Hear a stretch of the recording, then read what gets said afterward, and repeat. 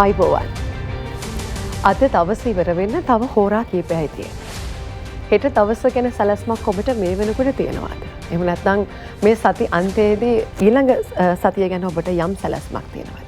මම අහුවම ඔබේ හිතේ පුංචි චකිතයක් එනවා ඇති ඔබ සැලැස්මක් තියෙනවා.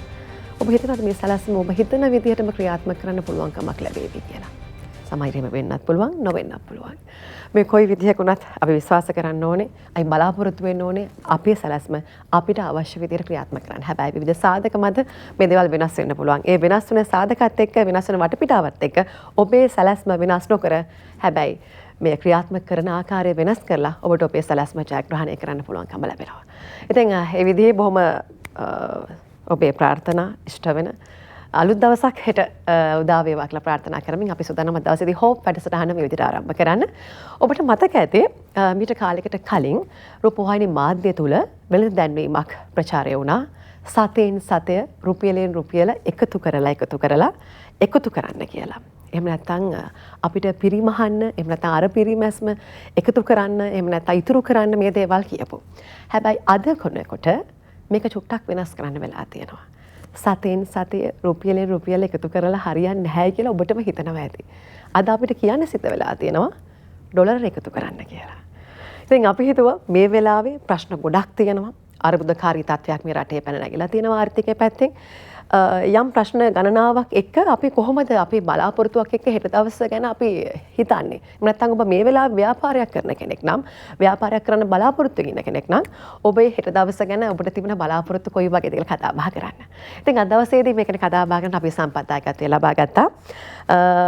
MH ඉන්ටර්නැෂනල් පුද්ගලික සමාගමේ සභාපති විදිහට කටයුතු කරන කින්ස්ලි ද සිල්වා මහත්මයා අයිබෝන් කියලා පිළිගන්නවා ඔබතුමාව.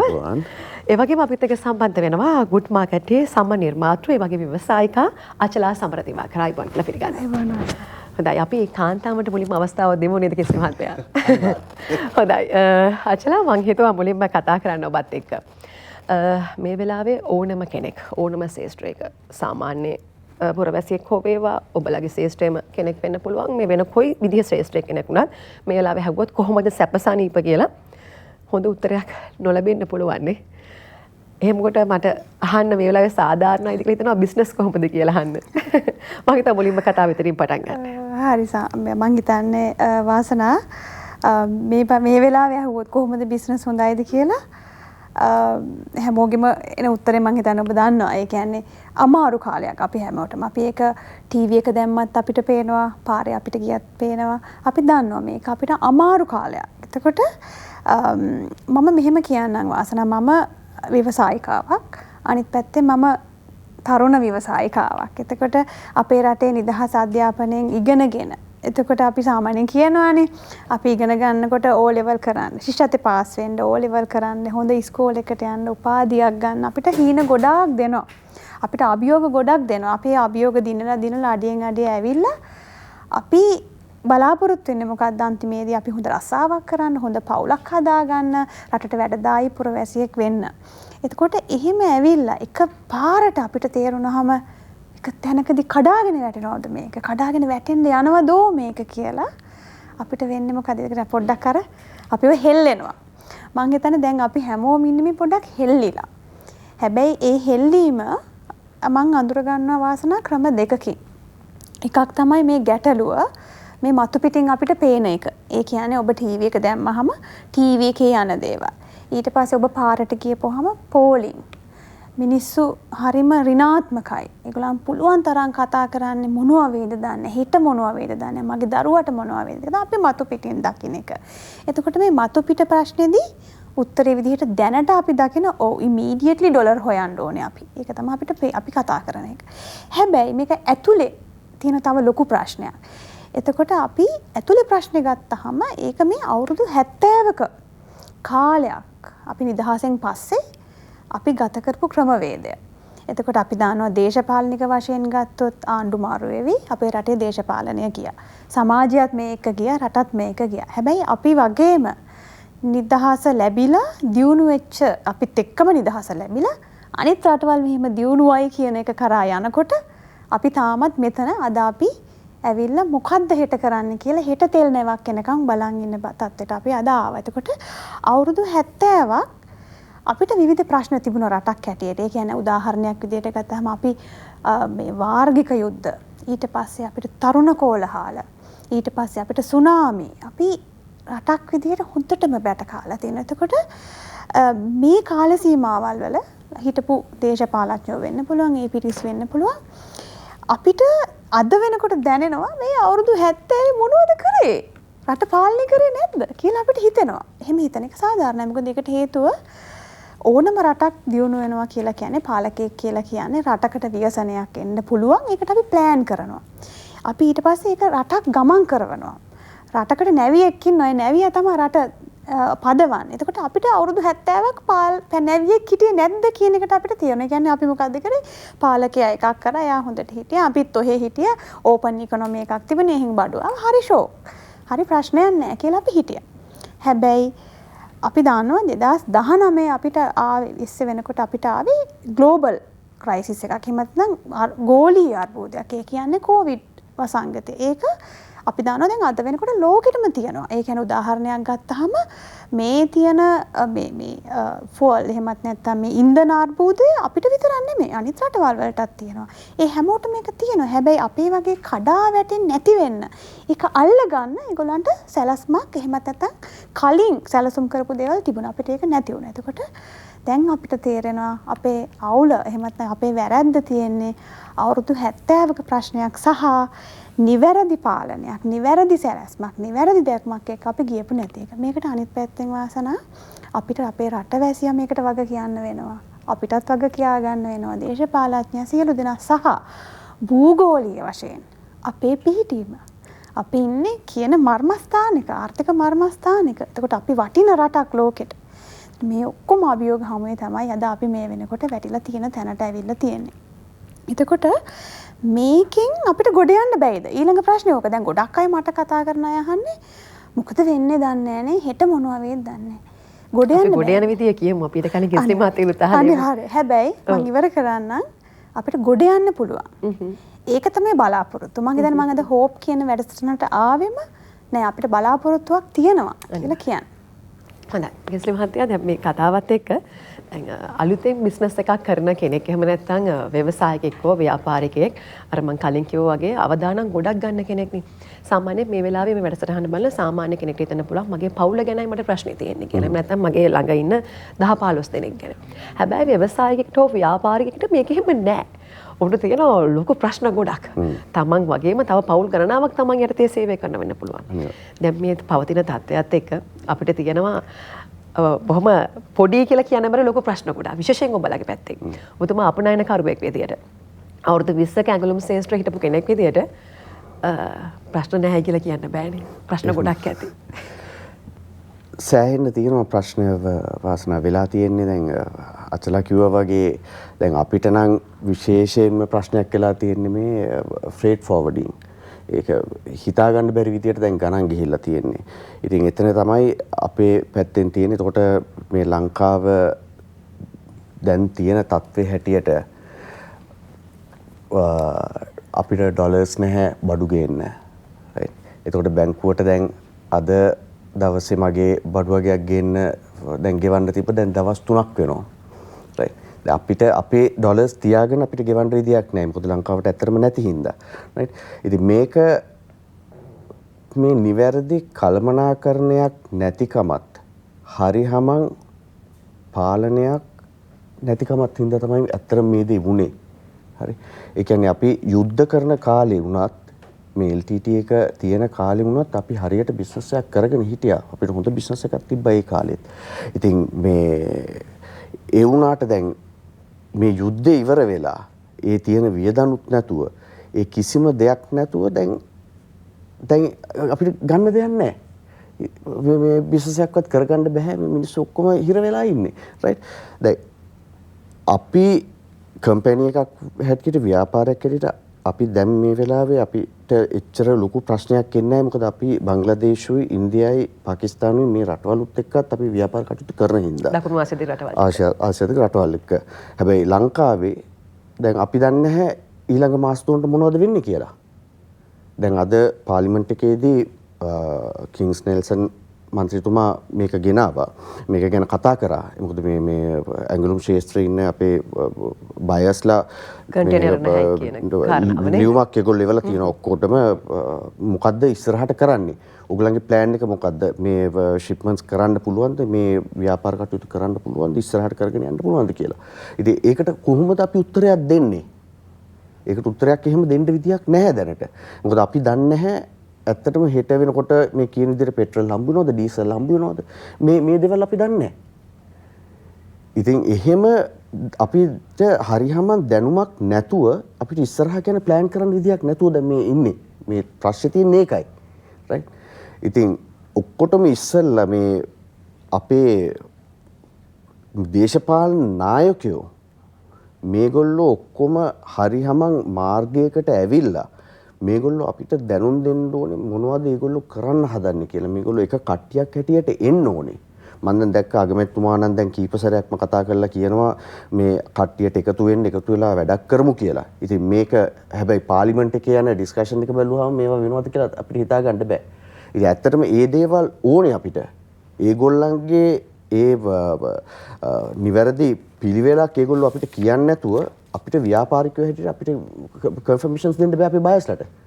ඉස්ලි මහත්තයා ඔය විදිහට කියද්දී මහ බැංකුව වාර්තාවේ සඳහන් වෙනවා 2019 වර්ෂයේදී භාණ්ඩ අපනයන බිලියන 11.9කුත් 2020 වර්ෂයේදී බිලියන 10කුත් 2021 වර්ෂයේදී 12.49ක භාණ්ඩ අපනයනය කරලා තියෙනවා.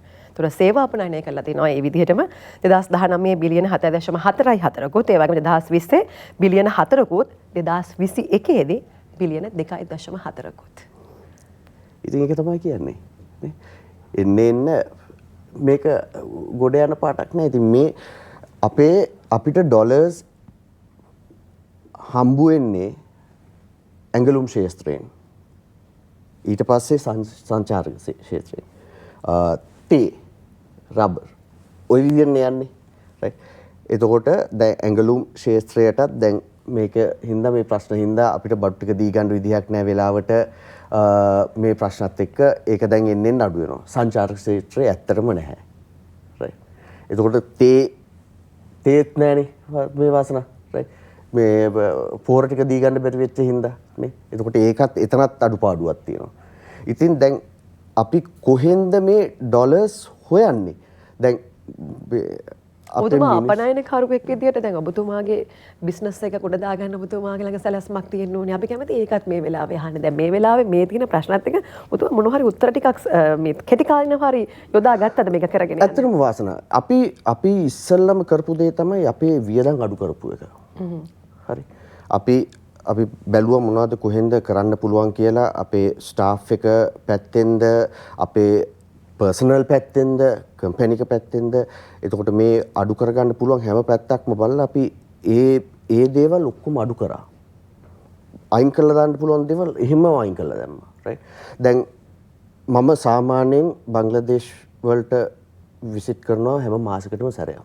රයිට්. දැන් බංග්ලාදේශ් වල එයාර්ලයින් ටිකට් එක විතර 3,20,000යි. මේ කොවිඩ් වලට ඉස්සෙල්ලා රුපියල් 80,000කට විතර තිබ්බ ටිකට් එක. රයිට්. ඉතින් දැන් මේ වියදම් ඔක්කොම වැඩි වෙච්ච ඒවා අපි එහෙමම කපලා දැම්මා. දැන් මම මාසෙක සැරයක් යන්නේ නැහැ. මම දැන් මාස 3කට 4කට සැරයක් විතර යන්නේ. ඔක්කොම ඔන්ලයින් කරන්නේ. කාල වේලාවක් ඉතුරු කරගෙන තියෙනවා. කාල වේලාව ඉතුරු කරගත්තා වගේම අපේ වියදම්නුත් අපි අඩු කරගෙන තියෙන්නේ. ඉතින් මේ දේවල් අනිවාර්යෙන් වෙන්න ඕනේ. එතකොට අපි අපේ සප්ලයර්ස්ලත් එක්කත් අපි ඩිස්කස් කරනවා ඒගොල්ලොත් එක්කත් කතා කරනවා කොහොමද කරන්න ඕනේ කියලා. එතකොට අපේ සප්ලයර්ස්ලයි සර්විස් ප්‍රොවයිඩර්ස්ලත් එක්ක ඔක්කොම කතා කරලා මේ ගණන් අපිට පුළුවන් තරම් අපි දැන් අඩු කරගෙන තියෙන්නේ. කිසිම මහත්තයා දැන් මහ බැංකුව වාර්තාවේ මම අර කලින් කිව්ව වෙලාවේ සේවා අපනයනය අඩු වුණාට භාණ්ඩ අපනයනය වැඩි වෙලා තියෙනවානේ. එතකොට මේ කොරෝනා කාලේ 2021 වර්ෂයේදී එතෙන්දී ඔබතුමාලට මේ ගැටලු ටික ආවේ නැද්ද? නෑ එතන වාසන ඇත්තටම වුණේ ඔය ආනයනයේ ඔය තිබ්බ ඕඩර්ස් ඔය තිබ්බේ. රයිට්. ඔය කරගන්න බැරුව ලංකාව ලොක්ඩවුන් වුණානේ. එතකොට කරගන්න බැරුව තිබ්බේවා ටික ලංකාව ඒ ඇරියන් පස්සේ ඔය තිබ්බ ඕඩර්ස් ටික ඔක්කොම අපිට තිබ්බ ඉවර කරන්න. දෙන්න පුළුවන් කමක් තිබුණා. ඉතින් ඒ වෙලාවේ ඒ අපිට තිබ්බ මේ අර මාස ගාණක් වහලා තිබ්බට අපිට ඕඩර්ස් ඇවිල්ලා තිබ්බා. ඉතින් ඒකෙන් තමයි දෙන්න බැරුව තිබුණේ සපයන්න බැරුව තිබ්බා වහලා තිබ්බ හින්දා. يعني ඉල්ලුම තිබුණා. ඉල්ලුම තිබුණා. දැනට වෙලා තියෙන්නේ දැන්ට ඉල්ලුම එන්න අඩු වෙනවා.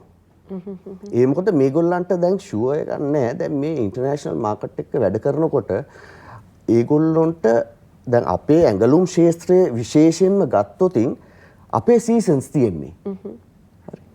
මේ ඉස්සරහා මාස 3ට ඕනේ කරන ඇඳුම් ටික ඊට පස්සේ දීලා වැඩක් නැහැ.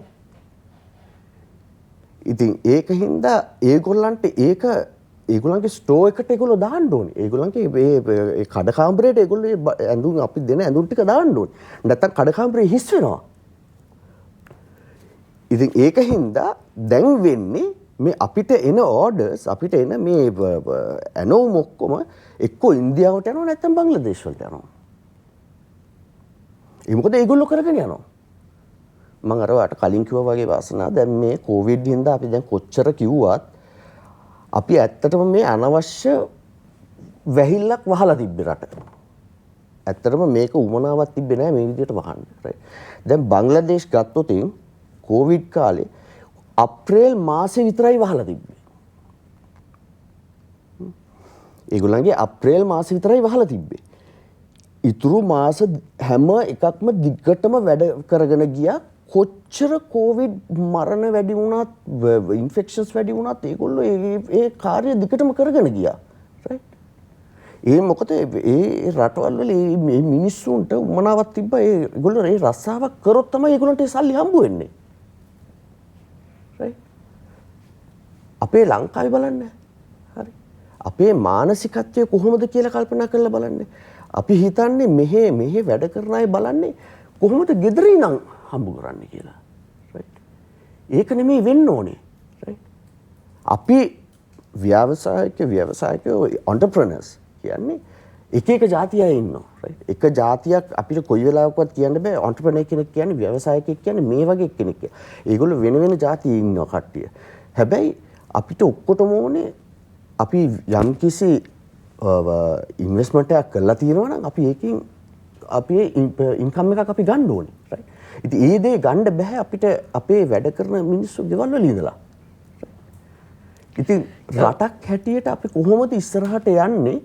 දැන් බංග්ලාදේශ වල ගත්තොත් මේ ගණන් බැලුවොත් එහෙම වාසන බිලියන් 35ක් US ඩොලර්ස් ඇඟලුම් ව්‍යාපාරයෙන් විතරක්.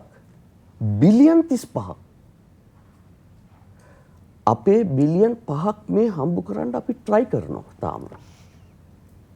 කොහෙද වැරදිලා තියෙන්නේ? කොහෙද මොකක්ද වෙලා තියෙන්නේ? මොන තැනකට ඔබතුමා කතාව අරගෙන ආවා ආචලා අපරාධ කරුවෙක් මේ විදිහට කියද්දි මේ කොරෝනා කාලෙත් එක්ක මේ දැන් පවතින තත්ත්වයක් එක්ක ප්‍රශ්න ගණනාවක් එතුමා යම් තාක් දුරට මේ කළමනාකරණය කරගන්නේ මේ පවතිනවා. ඔබතුමියගේ ව්‍යාපාරය තුලත් මේක මෙහෙම වෙන්න ඇති. දැන් අපි දන්නවා රටක යම්කිසි සංකල්පයක් ගෙනහම මිනිස්සු එකපාරට එක පිළිගන්න සූදානම් නෑ. ඔබතුමියගේ වෙළඳ සංකල්පයත් ඒ විදිහම දෙයක්. කොහොමද මේ ලංකාවේ තියෙන වෙළඳපළත් එක්ක මේ සංකල්පය ගෙනල්ලා එතකොට මේ පවතින විවිධ සාධකත් එක්ක මේක වෙනස් වෙද්දී කොහොමද මේකට මුහුණ දුන්නේ කොරෝනා කාලේ වගේ මේ දැන් පවතින කාලෙත් එක්ක?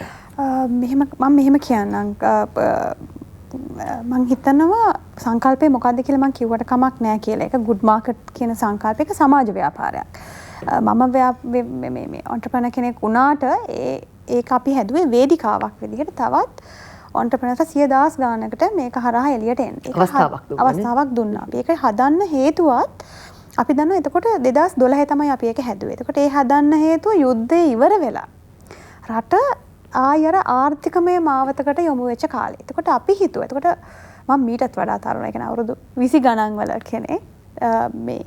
මමයි මෛත්‍රී විශ්වවිද්‍යාලයෙන් එළියට ආපු ගමම තවත් පිරිසක් එකතු කරගෙන අපි නිකන් රිසර්ච් එකක් කරලා බැලුවා. අපි අධ්‍යයනය කරලා බැලුවා කොච්චරක් අපේ රටේ අපේම කියලා ආර්ථිකයක් අපි හදා ගන්නවා නම් කාටද මේ කී රෝල් එක ප්ලේ කරන්න පුළුවන්. එහෙම නැත්නම් වැදගත්ම භූමිකාව කවුද ප්ලේ කරන්න යන්නේ? එහෙනම් ව්‍යවසායකයෝ තමයි. ඒත් අපි හොයලා බලුවා ව්‍යවසායකයෝ සම්බන්ධව මොනවද රටේ වෙන්නේ? අපි දැක්කේ නිකන් ගොඩක් නෙමෙයි රිසර්ච් එකක් කරලා තමයි මේක කරන්නේ නේ. තාම හොඳ අධ්‍යයනයක්. ඊට පස්සේ අපි හොයලා බැලුවා මේගොල්ලන් මොනවද මේගොල්ලන් කරගෙන ඉන්නේ අපිට පේන්නේ නැහැ ව්‍යවසායකයෝ ඉන්නවා කියලා අපි දකින පිටරටින් බඩු වෙනවා පිටරට බඩු තමයි කඩවල වල තියෙන්නේ දේශීය බඩු කියලා තිබ්බොත් ඒවා හරි දූවිලි වහලා මුල්ලක දාලා ලස්සන නැහැ කැතයි කවුරුත් ගන්නෙ නැහැ ඔහොම තමයි තිබුණේ හැබැයි අනිත් පැත්තෙන් අපි දැක්කා රජයේ සල්ලි දෙනවා විදේශීය සංවිධාන සල්ලි දෙනවා මේවා හදන්න හැබැයි හැදුවට එන්නේ නැහැ ඊට අපි බැලුවා ඇයි අපිට බැරි මේගොල්ලන්ව එකතු කරලා මේගොල්ලන්ව එළියට ගන්න පුළුවන් දෙයක් කරන්න. ඒ හරහා රටේ ආර්ථිකය හදා ගන්න පුළුවන් වැඩපිළිවෙල පොඩි ෆ්‍රේම්වර්ක් එකක්. ඒ කියන්නේ ඒක අපි මේ කියලා මුළු රටක් හදනව නෙමෙයි. පොඩි එක්සැම්පල් එකක් අපි කරලා බැලුවා. ඒක හරහා සිද්ධ වුණේ මොකද්ද?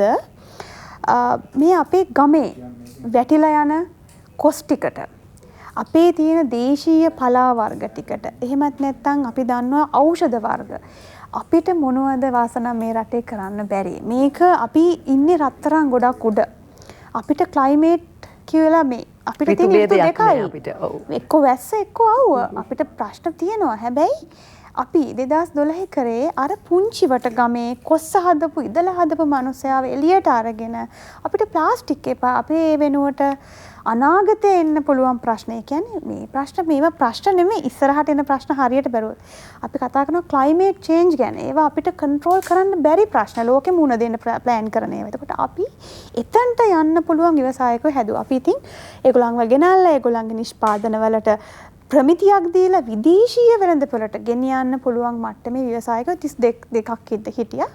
ඒක අපි 2000ක් වෙනකන් මේ අවුරුදු 10 ඇතුළත අපි හැදුවා.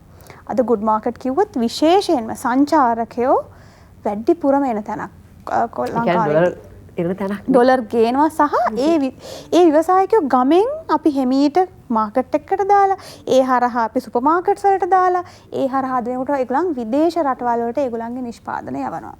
එතකොට මෙහෙම තමයි අපි හිටියේ. ඒතර කොවිඩ් අර්බුදයත් එක්ක අපිට හිතා ගන්න බැරි විදිහට එක තැනකට සෙට් වෙන්න පටන්. ඒ කියන්නේ මිනිස්සුන්ට නවතින්න සිද්ධ වුණා.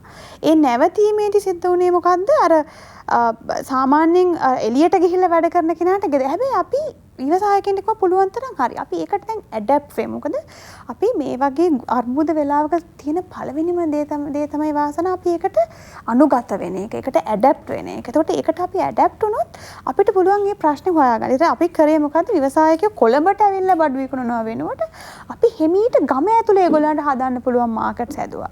ඊට පස්සේ අපි ඒගොල්ලන්ගේ මොටිවේෂන් එක තියාගන්න කතා කරා. එහෙම ඒ වෙලාවේ හැටියට අපි ප්‍රශ්න ගොඩක්කට විසඳුම් හොයාගත්තා. ඒක මොකද ඒක අපි දන්නවා ලොක්ඩවුන් එක ඉවර වෙනවා. කවදාවත් හරි මේක විසඳෙයි කියලා. ඒ වෙලාවේ ලොකු ඉල්ලුමක් තිබුණා මං හිතන්නේ. අධික ඉල්ලුමක්. ඒ කියන්නේ මේ එකක් තමයි හැමෝම ගෙදර නිසානේ. සහ මිනිස්සු හරි ව්‍යවසායික වුණා කියලා වට හිතෙන්නේ නැද්ද? ලොරියක් අරගෙන බඩු ටික අරගෙන යන්න මිනිස්සු පුරුදු වුණා. හරි එතකොට මිනිස්සු ඔන්ලයින් මාකටිං ඒකට ඇඩැප්ට් වෙලා සහ අනිත් එක වාසනා රටම ඒකට හරිම ෆෝකස්නේ. කොවිඩ් වසංග යුද්ධෙදිත් එහෙමයි. අපි ෆෝකස් මේ කොවිඩ් වසංගෙදිත් අපි ෆෝකස් වුණා. එතකොට දැන් මෙතනදී උනේ මේ ක්‍රයිසිස් එකේදී අපිට මේ ක්‍රයිසිස් එක තාම අඳුර ගන්න බෑ. මොකද මේක පළවෙනි වතාවට අපි රටක් විදියට මූණ දෙන්නේ. අපි හැමෝම කැළඹිලා ඉන්නේ. හැබැයි දැන් ඔයා දන්නවද මේ වගේ වෙලාවක තමයි ලෝකෙ දියුණුවයි කියන ගොඩක් රටවල් දියුණු වෙන්න ටර්න් එක ගත්තේ මේ වාගේ වෙලාවල් වල. ඉතින් මේක විශේෂ වෙලාවක්. හැබැයි අනිත් පැත්තෙන් ඔයා මගෙන් ඇහුවා විශේෂයෙන්ම ඔන්ටර්ප්‍රෙනර්ස්ලාට එහෙම නැත්නම් විවසායකින්ට තියෙන ගැටලුව මොනවද කියලා. පළවෙනිම ගැටලුව ඔවුන් ඊටාම ඍණාත්මකයි. ඔවුන් කියනවා මේක කරලා වැඩක් නැහැ. අවුරුදු ගානක මහන්සිය වතුරේ.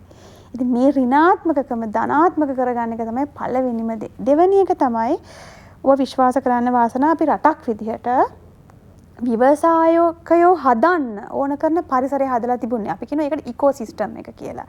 ඒ කියන්නේ දැන් ඔයා විශේෂයෙන් වෙන රටකට ගියොත් අපි තුමු ජපානයට ඔයා ගියා කියලා ඔබ විවසායකයෙක් කියලා කිව්වම ඔබට හම්බ වෙන තැන ඉතාම ඉහළයි. ඔබව දන්න ඔබ තව කෙනෙකුට රැකියා නිර්මාණය කරන කෙනෙක්. රටට ආදායම් ගේන කෙනෙක්. එතකොට එයාට අවශ්‍ය කරන පරිසරය ඒ රටේ නිර්මාණය වෙලා තියෙනවා. අවශ්‍ය කරන අමුද්‍රව්‍ය, අවශ්‍ය කරන ව්‍යවසායකත්, අපි කියන්නේ ව්‍යවසායකත්ව ප්‍රාග්ධානය, භූමිය, අපි ඉගෙන ගන්න පොඩි කාලේ ආර්ථික විද්‍යාවට මේ සියල්ල රට ඇතුලේ තමයි තියෙන්නේ. හැබැයි අපේ රටේ ඒ පරිසරය නිර්මාණය වෙලා තිබෙච්ච නැති නිසා අපේ ව්‍යවසායකයෝ තියෙන දෙයින් තමයි වැඩ ගත්තේ. එහෙමත් නැත්නම් ඇඳුම් වියනවා නම් විව්වේ ඉන්දියාවෙන් ආපු නූල් ටිකෙන්. එතකොට මෙහෙම එකක් වෙච්ච ගමන් අපිට නූල් ටිකෙන් නෑ කියන්නේ අපිට වියා ගන්න වෙන්නේ නෑ. හැබැයි දැන් අපි දන්නවා අපිට තර අමුද්‍රව්‍ය ප්‍රශ්නයක් තියෙනවා, මුදල් ප්‍රශ්නයක් තියෙනවා, ඩොලර් ප්‍රශ්නයක් තියෙනවා, බලශක්තිය ප්‍රශ්න තියෙනවා නේද? හැබැයි දැන් මේ ප්‍රශ්න හරහා ආයෙත් එන්නේ මොකද? ඇඩැප්ටේෂන්. අපි කොහොමද ආයෙ මේකට දැන් ඇඩැප්ට් වෙන්නේ? අපි දන්නවා අපිට ප්‍රශ්න තියෙනවා අපිට හිතෙනවා ඔක්කොම දේශපාලඥයෝ අපේව හොරකම් කරා. එහෙම අපිට හිතෙනවා. ඒක ඇත්ත සාධාරණයි. එහෙම හිතන එක. නමුත් එහෙම හිතලා අපි බෙදිලා මේක ආය අවුල් කරගත්තොත් අපේ දරුවන්ට අපිට රටක් ඉතුරු කරන්න බැරි වෙනවා. ඉතින් ඒ හින්දා පළවෙනිම දේ තමයි ආයෙත් දැන් මේ දවස්වල අපි සාකච්ඡා කරනවා ව්‍යවසායකයෝ අතර කොහොමද දැන් අපිට තියෙන තව ප්‍රශ්නයක් තමයි මේ ඇසුරුම් කරන්නේ. අපිට ඇසුරුම් කරගන්න විදිහක් නැහැ. හැබැයි අපි දන්නවා අනිත් පැත්තෙන් මැටි කර්මාන්තය කරන. එහෙමත් නැත්නම් මේ හෑන්ඩ්ලූම් වගේ රෙදි වියන අයට පුළුවන් ඇසුරුම් හදන්න. අපි ගාව ඒකටත් උත්තර තියෙනවා ඒ කියන්නේ නේ. ගාවට ඒකටත් උත්තර තියෙන. ඒවට අපිට ඕන කරන ප්ලාස්ටික්ම පොලිතින් මොනේ කියලා අවශ්‍ය වෙන්නේ නැහැ. අපි දැන් ඒකට උත්තර හොයමින් යනවා. ඉතින් ව්‍යවසායකයෝ හැටියට ව්‍යවසායකයා කියලා කියන්නේ ලේසියෙන් පරාජය බාර ගන්න කෙනෙක් නෙමෙයි. අවදානම ගන්න සහ අතාරින්නේ නැහැ. කොහොම හරි මේක අල්ලගෙන යනවා. ඉතින් ඒ හින්දම ඔවුන් උත්සාහ කරනවා. අපහසුයි තමයි. නමුත් අර කිව්වා වගේ ආයතනය පොඩි කරනවා වෙන්න පුළුවන්. තමන්ගේ තිබිච්ච අනවශ්‍ය ගමන් අඩු කරා වෙන්න පුළුවන්. ට්‍රිප් එකක් ගියා නම් ඒක අඩු කරා වෙන්න පුළුවන්. shopping ගියා නම් ඒක අඩු කළා වෙන්න පුළුවන් නේ. ඇඩක් වෙවි යනවා. හැබැයි දැන් මේ මොනවා වුණත් වාසන අපිට තියෙන්න ඕනේ ප්‍රතිපත්තිමය වශයෙන්. එහෙම නැත්නම් දේශපාලනීය වශයෙන් ස්ථාවරත්වය කියන එක.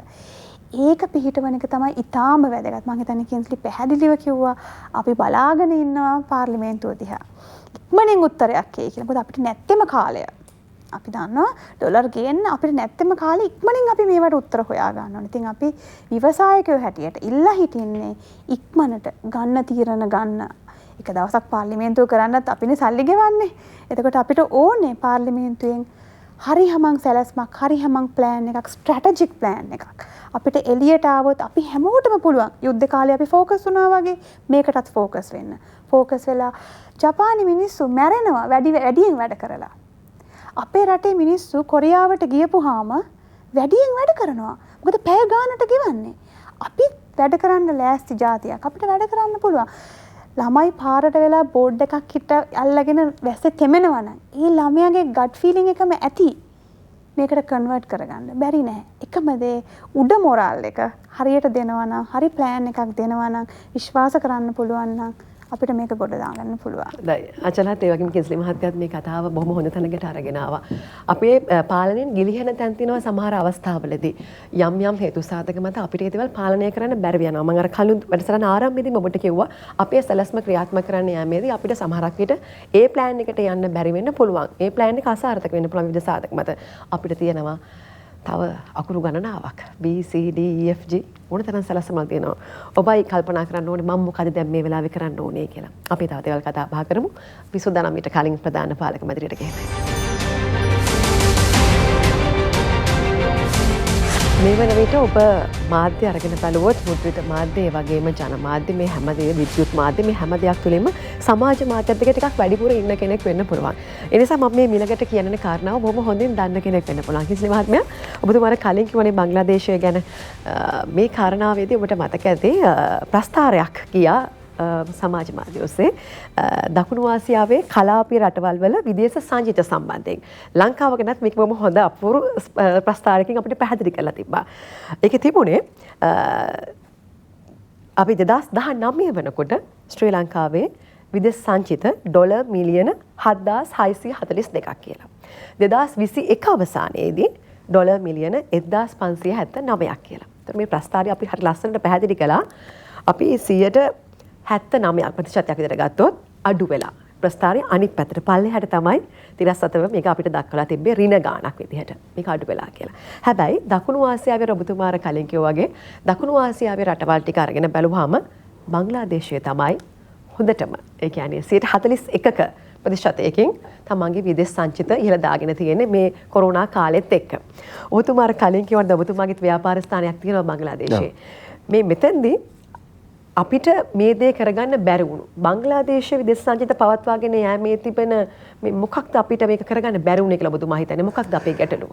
වාසනාව උතන තියෙන්නේ ඇත්තටම මේ අපිට දීර්ඝකාලීන සැලැස්මක් නැහැ මේ රටට. ඒකයි මේ දේශපාලනය හැම එකටම ගෑවිලා තියෙන එකයි. හරි. දැන් බංග්ලාදේශ වල බැලුවොතින් එහෙම මේ ඇඟලුම් ශාස්ත්‍රය එහෙ මේක කරන්නේ මේ පෞද්ගලික අංශයෙන්. ඒගොල්ලෝ ඔක්කොම එකතු වෙලා ඒගොල්ලන්ගේ තියෙනවා BGMA කියලා ඇසෝසියේෂන් එකක්. මේ ඇසෝසියේෂන් එක හරහා තමයි ඒ ඇඟලුම් ශේෂ්ත්‍රයේ වැඩ කටයුතු ඔක්කොම කරන්නේ. ඒගොල්ලෝ දැනට බිලියන් US ඩොලර්ස් බිලියන් 35ක් විතර දැනට ඒගොල්ලන්ගේ අපනයනින් ඒගොල්ලෝ හම්බ කරනවා. ඒගොල්ලන්ගේ ටාගට් එක බිලියන් 50ක්. අවුරුදු තව 3ක් ඇතුළත බිලියන් 50ක ටාගට් එකට ඇනුවල් ටර්නෝවර් එක බිලියන් 50ක් අචීව් කරන්න.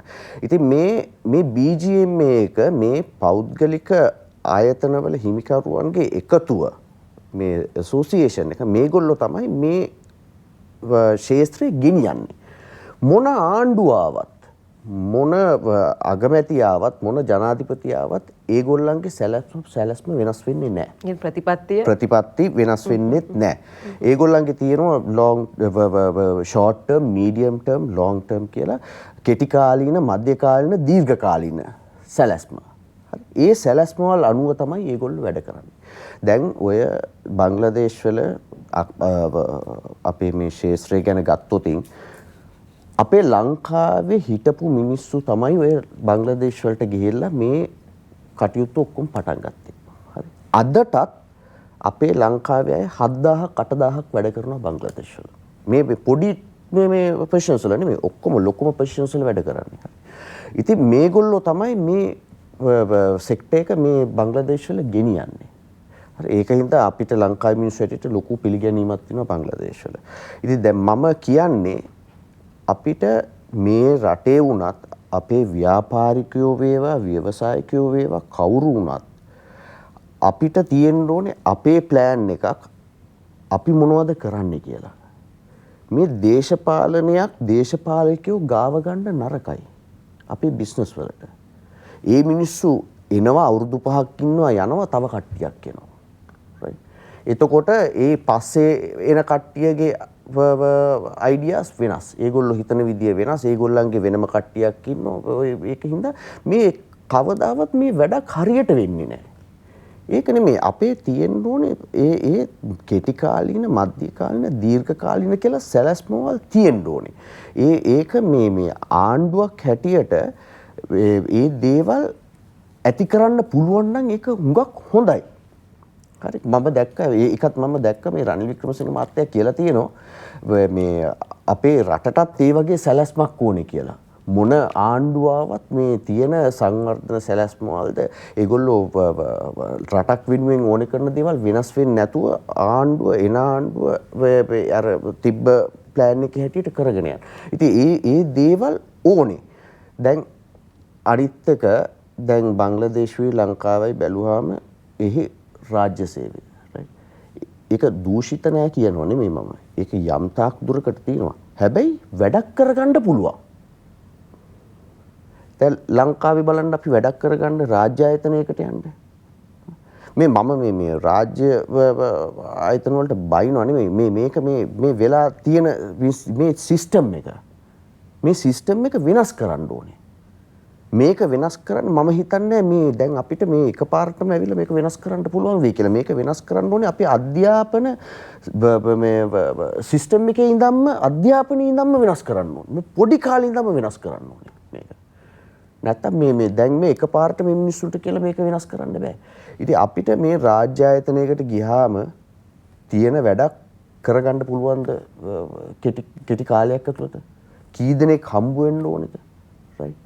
නැත්තම් මොකක් හරි කනෙක්ෂන් එකක් කරා යන්න ඕනේ. එහෙම නෙමෙයි. මේ රටේ ඉන්න හැමෝම මේ රටේ සංවර්ධනයට දායක වෙන්න ඕනේ. ඒගොල්ලොන්ගේ ඔළුවට ඒගොල්ලෝ ගන්න ඕනේ අපි රාජ්‍ය සේවකයෝ තමයි. රාජ්‍ය සේවකයෝ කොච්චර ලොකු වැඩක් මේ ලංකාවට කරන්න පුළුවන්ද? ඒගොල්ලෝ ඒක ඔළුවට ගන්න ඕනේ. ඒගොල්ලෝ මේ එන්නේ මේ උදේට ඇවිල්ලා මේ අස්සම් කරලා හැන්දෑවට යනවත් ඒගොල්ලෝ අයින් වෙලා ගියාම පෙන්ෂන් එක අරන් ගෙදර යනවත් නෙමෙයි. ඒගොල්ලොත් එන්නේ මේ රට හදන්න. මේ අපි ඔක්කොම එකතු වෙලා කරන්න ඕනේ වැඩක් මේක. මේ ව්‍යවසායකයෝ අනිත් එක දැන් ව්‍යවසායකයා කියලා කියන්නේ මේ එකපාර හැම දෙයක්ම දිනපු එක්කෙනෙක් නෙමෙයි. ව්‍යවසායකයා කියලා කියන්නේ අපිට වැරදිච්ච තැන් ගොඩයි. දිනුව ඒවට වැඩිය. හරි. දැන් අචලා කිව්වා වගේ ඒ වුණාට අපි වැටුන්නේ නැහැ. වැඩේ අතෑරියේ නැහැ තව දෙයක් හොයනවා. දැන් මම වුණත් පහුගිය කාලේ පුරාවටම ගොඩාක් දේවල් බැලුවා මොනවද කරන්න පුළුවන්. දැන් මේ ඊට පස්සේ මේ අන්තිමටම දැන් අපි මේ උතුරු පළාතේ කාන්තාවුනුත් එක්ක ප්‍රොජෙක්ට් එකක් කරනවා.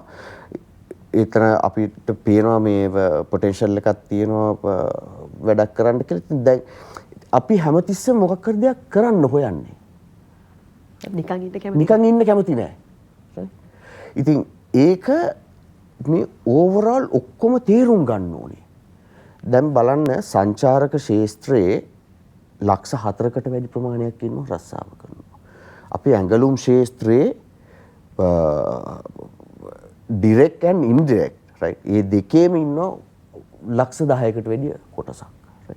මේ ඔක්කොම මේ රස්සාවල් කරන අය. මේ ඔක්කොම අයගේ රස්සාවල් අනතුරුනේ දැන් තියෙන්නේ. හරි. මේ දේවල් අපි කොහොමද හරි ගස්සන්නේ? ලේසි පාසු කාරණාවක් නෙවෙයි. ලේසි පාසු කාරණාවක් නෙවෙයි. හොඳයි කිස්ලි මහත්මයා මේ අචල අපිට කතාවේදී කියවනේ පටන් ගන්නේ තරුණ ව්‍යවසායිකාවක් කියලා පාවිච්චි කළානේ මම එතනින් කතාව පටන් ගන්න හිතුවා. දැන් මේ තරුණයි කියලා කිව්වහම අචල දැන් මේ වෙලාවේ මේ ඉන්න පරම්පරාව ඔයා කලින් කිව්වා වගේ ශිෂ්‍යත්ව පාස් වෙලා ඕ ලෙවල් පාස් වෙලා අපිට පුරුදු කරලා තිබ්බේ එහෙම. ඒ ලෙවල් කරන්න ඕනේ කැම්පස් යන්න ඕනේ. ඊට පස්සේ අපි ළඟ තව හිණ ටිකක් තිබ්බා. මොනවද? ලස්සන ගයක් හදන්න ඕනේ. හොඳ වාහනයක් ගන්න ඕනේ. අපි කැමති කෙනාව කසාද බඳින්න පුළුවන්. මේ වගේ ලස්සන ලොකු වෙඩින් එකක් මම ගන්නවා. මේ වගේ ගොඩාක් අපි ළඟ සැලසුම් තියෙනවා. මෙන්න මෙතෙන්දී අරවා තරුණ ව්‍යවසායිකාවක් කියලා පටන් ගත්ත කෑල්ලේ දැන් මේ ඉන්න පරම්පරාවත් ඔය කියන හිණ දකින්නවනේ. එයාලා ගාවත් මේ හිණ ටික මේ විදිහටම අඩු වැඩි වශයෙන් වෙනස් විදිහට තියනවා වෙන්න පුළුවන්. එතෙන්දී එයාලා අර සැප පහසු ජීවිතයක ජීවත් වුණේ අපිට කලින් පරම්පරාව අපේ අම්මලාගේ ආච්චි අම්මලාගේ කාලේ එහෙම ලොකුවට සැප පහසුකම් ලැබුණේ නැහැ. හැබැයි ඒගොල්ලෝගේ ජීවිතය අරගෙන ආවා. හැබැයි අපිට එකපාරට ඒ වගේ අර තෙල් නැතුව, එතකොට වාහනයක් නැතුව, එතකොට ගෑස් නැතුව අපි ගෑස් වලින් යන පුරුදු වෙච්ච පිරිසක් දැන් පරම්පරාව. ඔව් එතකොට මේකට අපිට අනුගත වෙන්න සිද්ධ වෙන විදිය ටිකක් අමාරුයි අපහසුයි වගේ දෙයක් තියෙනවා. දැන් තරුණ පරම්පරාව අපි දකිනවා සමාජ මාධ්‍ය වලින් හරියට මේ ගැන විවේචනය කරනවා. මේ ගැන මේ ව්‍යාපාරයත් එක්ක එකතු කරලා බැලුවොත් දැන් ඔයාලට තවත් ප්‍රශ්න ටිකක් තියෙනවා. පුද්ගලික ප්‍රශ්න ටිකට වගේම තව ව්‍යාපාරයේ ප්‍රශ්න ටිකක්. මේ ටික ඔක්කොම එකතු කරලා ගත්තොත් මේ ප්‍රශ්න ටික ලේසි නෑ. මේ අනිත් එක තමයි දැන් ඔයා අහුව මගෙන් තරුණයෝනේ දැන් මෙතන ලොකුම පීඩාවට පත් වෙනවා කියලා අපිට දැනෙන දේ. ඒකට හේතුව තමයි දැන් ඊට කලින් පරම්පරාව දරලිපේ එව්වා. ඒක ප්‍රශ්නයක් නෑ. හැබැයි දැන් පරම්පරාවට අපි එහෙම කරන්න කියලා ඉල්ලන එකත් සාධාරණ නෑ. මං හිතන්නේ රටක් හැටියට. එහෙම ඉල්ලන්න වෙනවා නම් ඒ ගැන අපිට දුක් වෙන්න වෙනවා. ඒ අදාළ පාලකයා පවා ඒ ගැන අඬා වැටෙන්න වෙනවා. නමුත් කරන්න දෙයක් නෑ. මොකද මේ වගේම මම ඉපදිලා නැහැ. නමුත් මම කියවපු පොත්වලින් මම දැක්කා මේ වගේම කාල සීමාවක් අපිට තිබුණා සිරිබාව බණ්ඩාරනායක මැතිණියගේ කාලය. ඒ කාලෙත් මම හිතන්නේ යම් කිසි විදිහේ අපි කියන රෙවොලියුෂන් එකක් කියලා. එහෙම රෙවොලියුෂන් එකක් වෙන්න උත්සාහ කරපු කාල සීමාවක්. ඒතර අපි දන්නවා අපිට අහලා තිබුණා හාල් පොළු තිබුණා අමාරු වුණා කියලා තිබුණා. මිනිස්සු ඒ වෙලාවෙත් මං හිතන්නේ කෑ ගහන්න ඇති මේ වේදනාව මේ විදිහටම දැනෙන්නේ ඇති.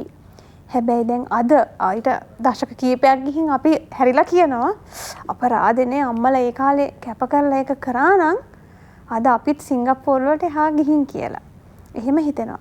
මම සමහරවිට මාව විවේචනය කරා එහෙම කරන්න කොහොමද කියලා. නමුත් වෙන කරන්න දෙයක් නැහැ අපිට. අපිට අරගල කරන්න පුළුවන්.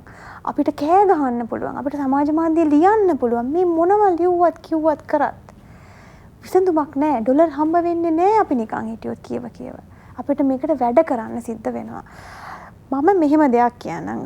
අපි සාමාන්‍යයෙන් තරුණයෝ හැටියට අලුත් ආර්ථික ක්‍රමවේද අපි දකිනවා. ලෝකේ දකිනවා. ඉස්සර ක්‍රමයේ තමයි තව කෙනෙක් කරලා එනකන් අපි බලන් ඉන්නවා.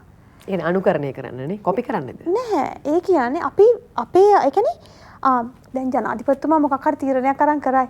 කවුරු හරි දෙයක් කරයි කියලා. කවුරු හරි තීරණයක් අරන් කරයි කියන එක. අපිට බැයිද කරන්න?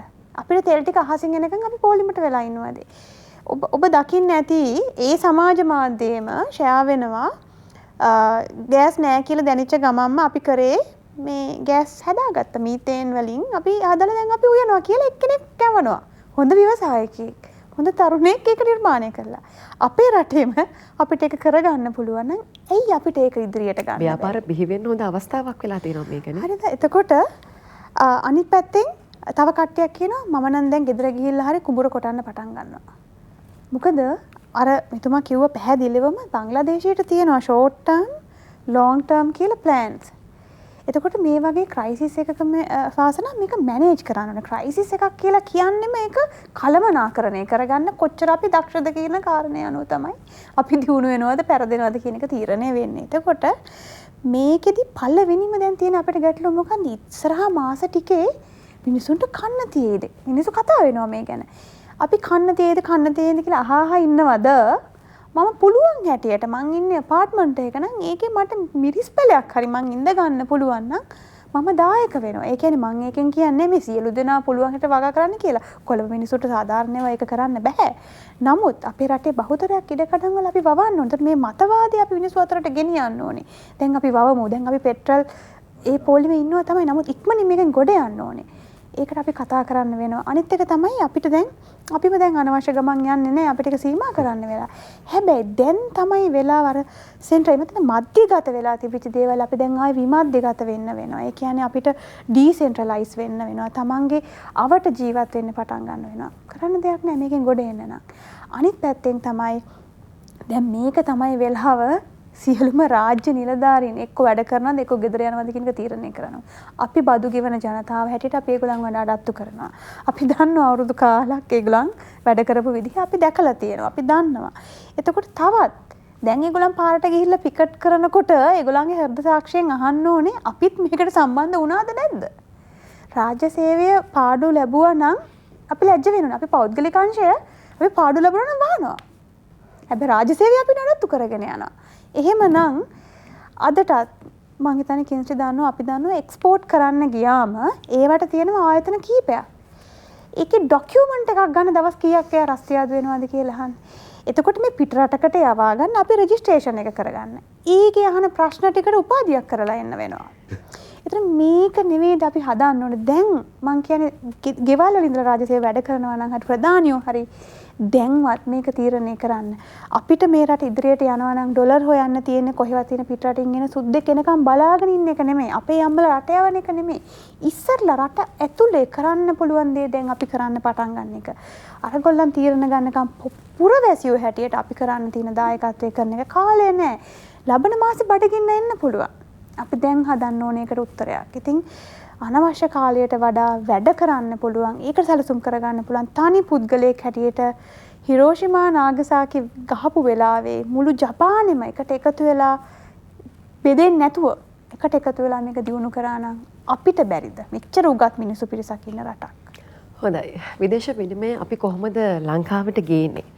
කිසිලි මහත්තයා මෙතෙන්දී අර අපි හැමදාම සාම්ප්‍රදායික කියන දේවල් ටිකක් තියෙනවා. සංචාරක කර්මාන්තය එහෙම නැත්නම් විදේශ ශ්‍රමිකයන්ගෙන් අපි මුදල් එනකම් බලන් ඉන්න එක අපි මේ දෙකටම හොඳ උත්තර ටිකක් ලැබුණා කොරෝනා කාලේ.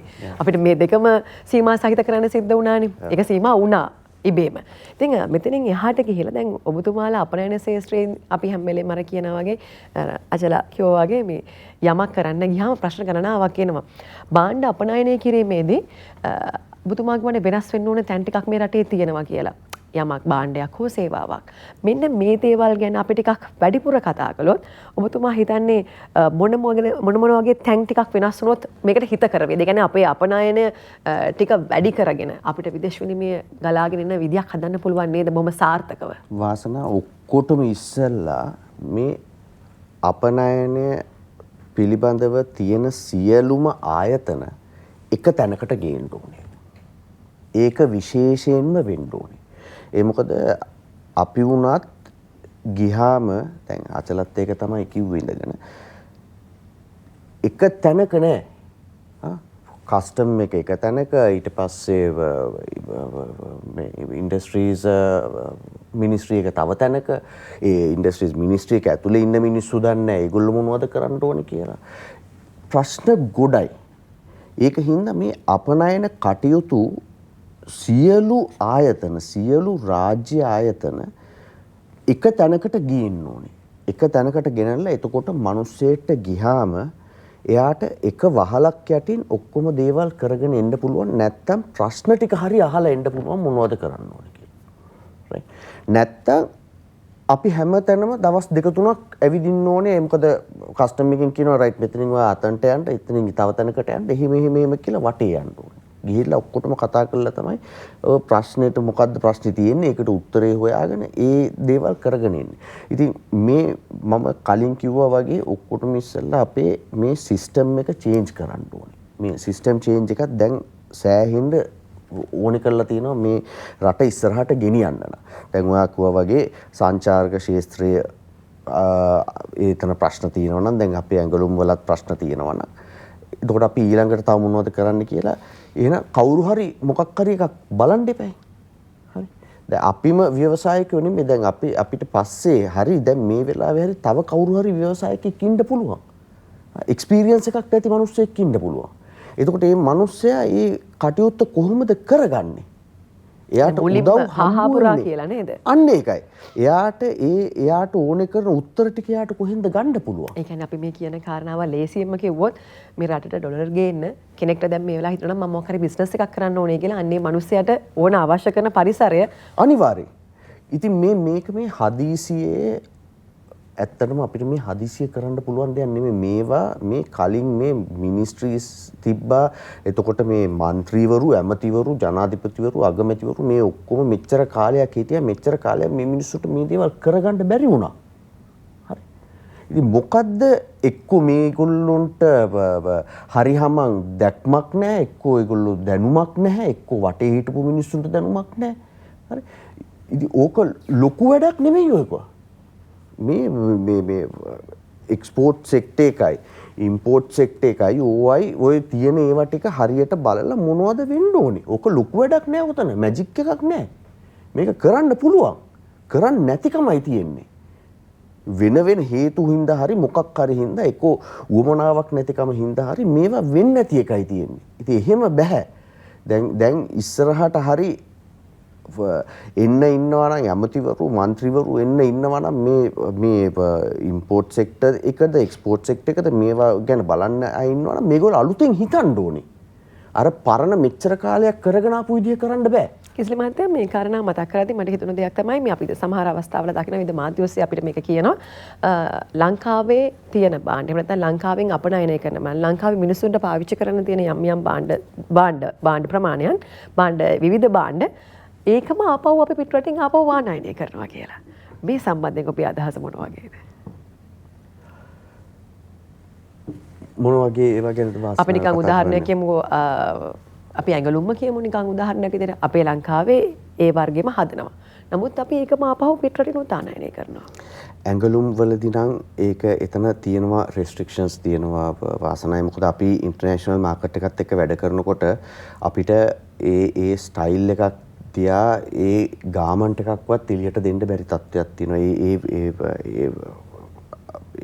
මේ නීතිමය ප්‍රශ්න තියෙනවා.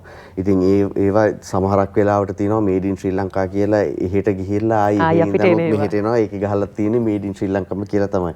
ඉතින් මෙහි ඒවා ඒ ප්‍රශ්න තියෙනවා. ඒක නීතිමය ගැටලු තියෙන්නේ ඒ තැන්වලදී.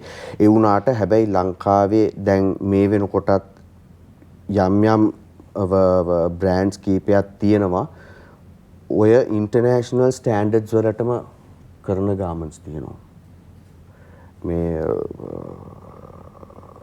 අපේ ලංකාවේ ප්‍රධාන ඇඟලුම් ආයතන කීපයක් තමයි කරන්නේ ඒ ස්ටෑන්ඩඩ්ස් වලටම කරන්න පුළුවන් විදිහට ලංකාවේ දැන් මහනවා. ඉතින් මම හිතන්නේ ඒ ප්‍රශ්නේ නම් හුඟක් දුරට විසඳෙනවා. ඒ වුණාට තව ගොඩක් දේවල් දැන් අචලත් කිව්වා වගේ අපිට මෙහි ලංකාවේ මේ ඉම්පෝර්ට් කරනවට වැඩිය මෙහෙට ගේනවට වැඩිය මෙහි හදන්න පුළුවන් දේවල් ගොඩක් තියෙනවා. හරි අපි හරියටම ඉඳගෙන බැලුවොත් එහෙම අපිට මේ දේවල් හොයාගන්න බැරි කමක් නැහැ. වැඩේ වෙලා තියෙන්නේ වාසනාව වෙන මුකුත් නෙමෙයි අපේ මේ ඉන්න තරුණ පරපුර හරි මීට වැඩිය මහන්සි වෙන්න ඕනේ.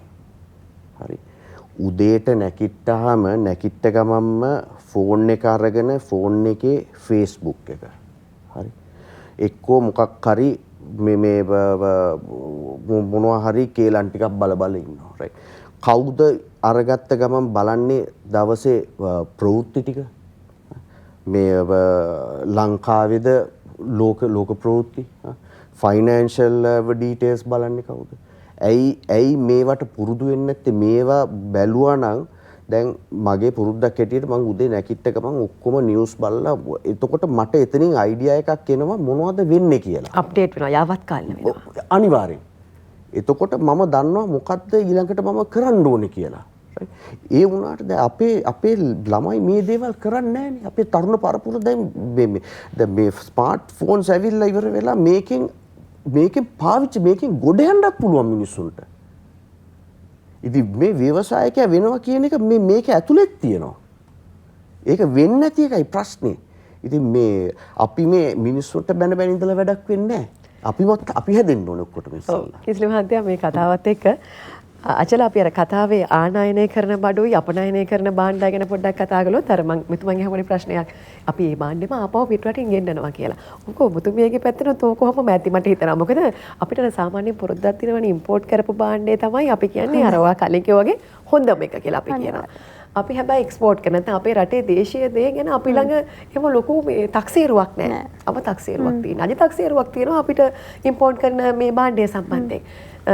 එතකොට ආනයනය කරන භාණ්ඩය ඔබේ පැත්තනොත් ওই විදිහටම වෙන්නේ නැති කියලා මම හිතනවා. කොහොමද මේ ෆුඩ් මාකට් එක සහ ඔබතුමියගේ මේ තියෙන ව්‍යවසායකත්වය ඔබතුමියගේ පැත්තෙන් ව්‍යවසායිකාවක් විදිහට ඔබතුමියට මේකට මොකද කියන්න තියෙන උත්තරේ?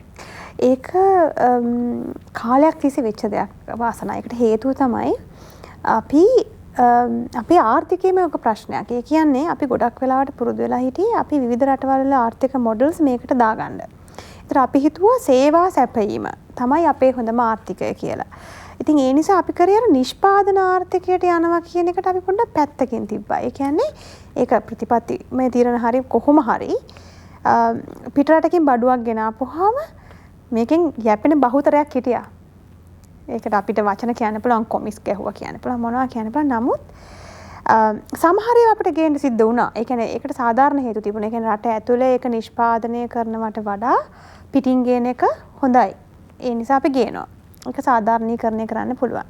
හැබැයි එහෙම සාධාරණීකරණය කරලා පටන් අරගෙන ගිහිල්ලා අන්තිමේදී අපේ රටේ පුංචි කාලේ දැක්ක කොසු හැදුවා. කොහු කර්මාන්තයේ පොල් අපිට හොඳට තිබුණා කොසු හැදුවා.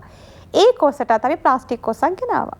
ගෙනහලා අර දිරන්නේ නැති අවුරුදු 400ක් දිරන්නේ නැති ප්ලාස්ටික් කොස්ස අපි පාවිච්චි කරා. අපි දැන් කියනවා ආනයනය කරන භාණ්ඩ වලට ඩොලර් දෙන්න අපි ළඟ සල්ලි නැහැ කියලා.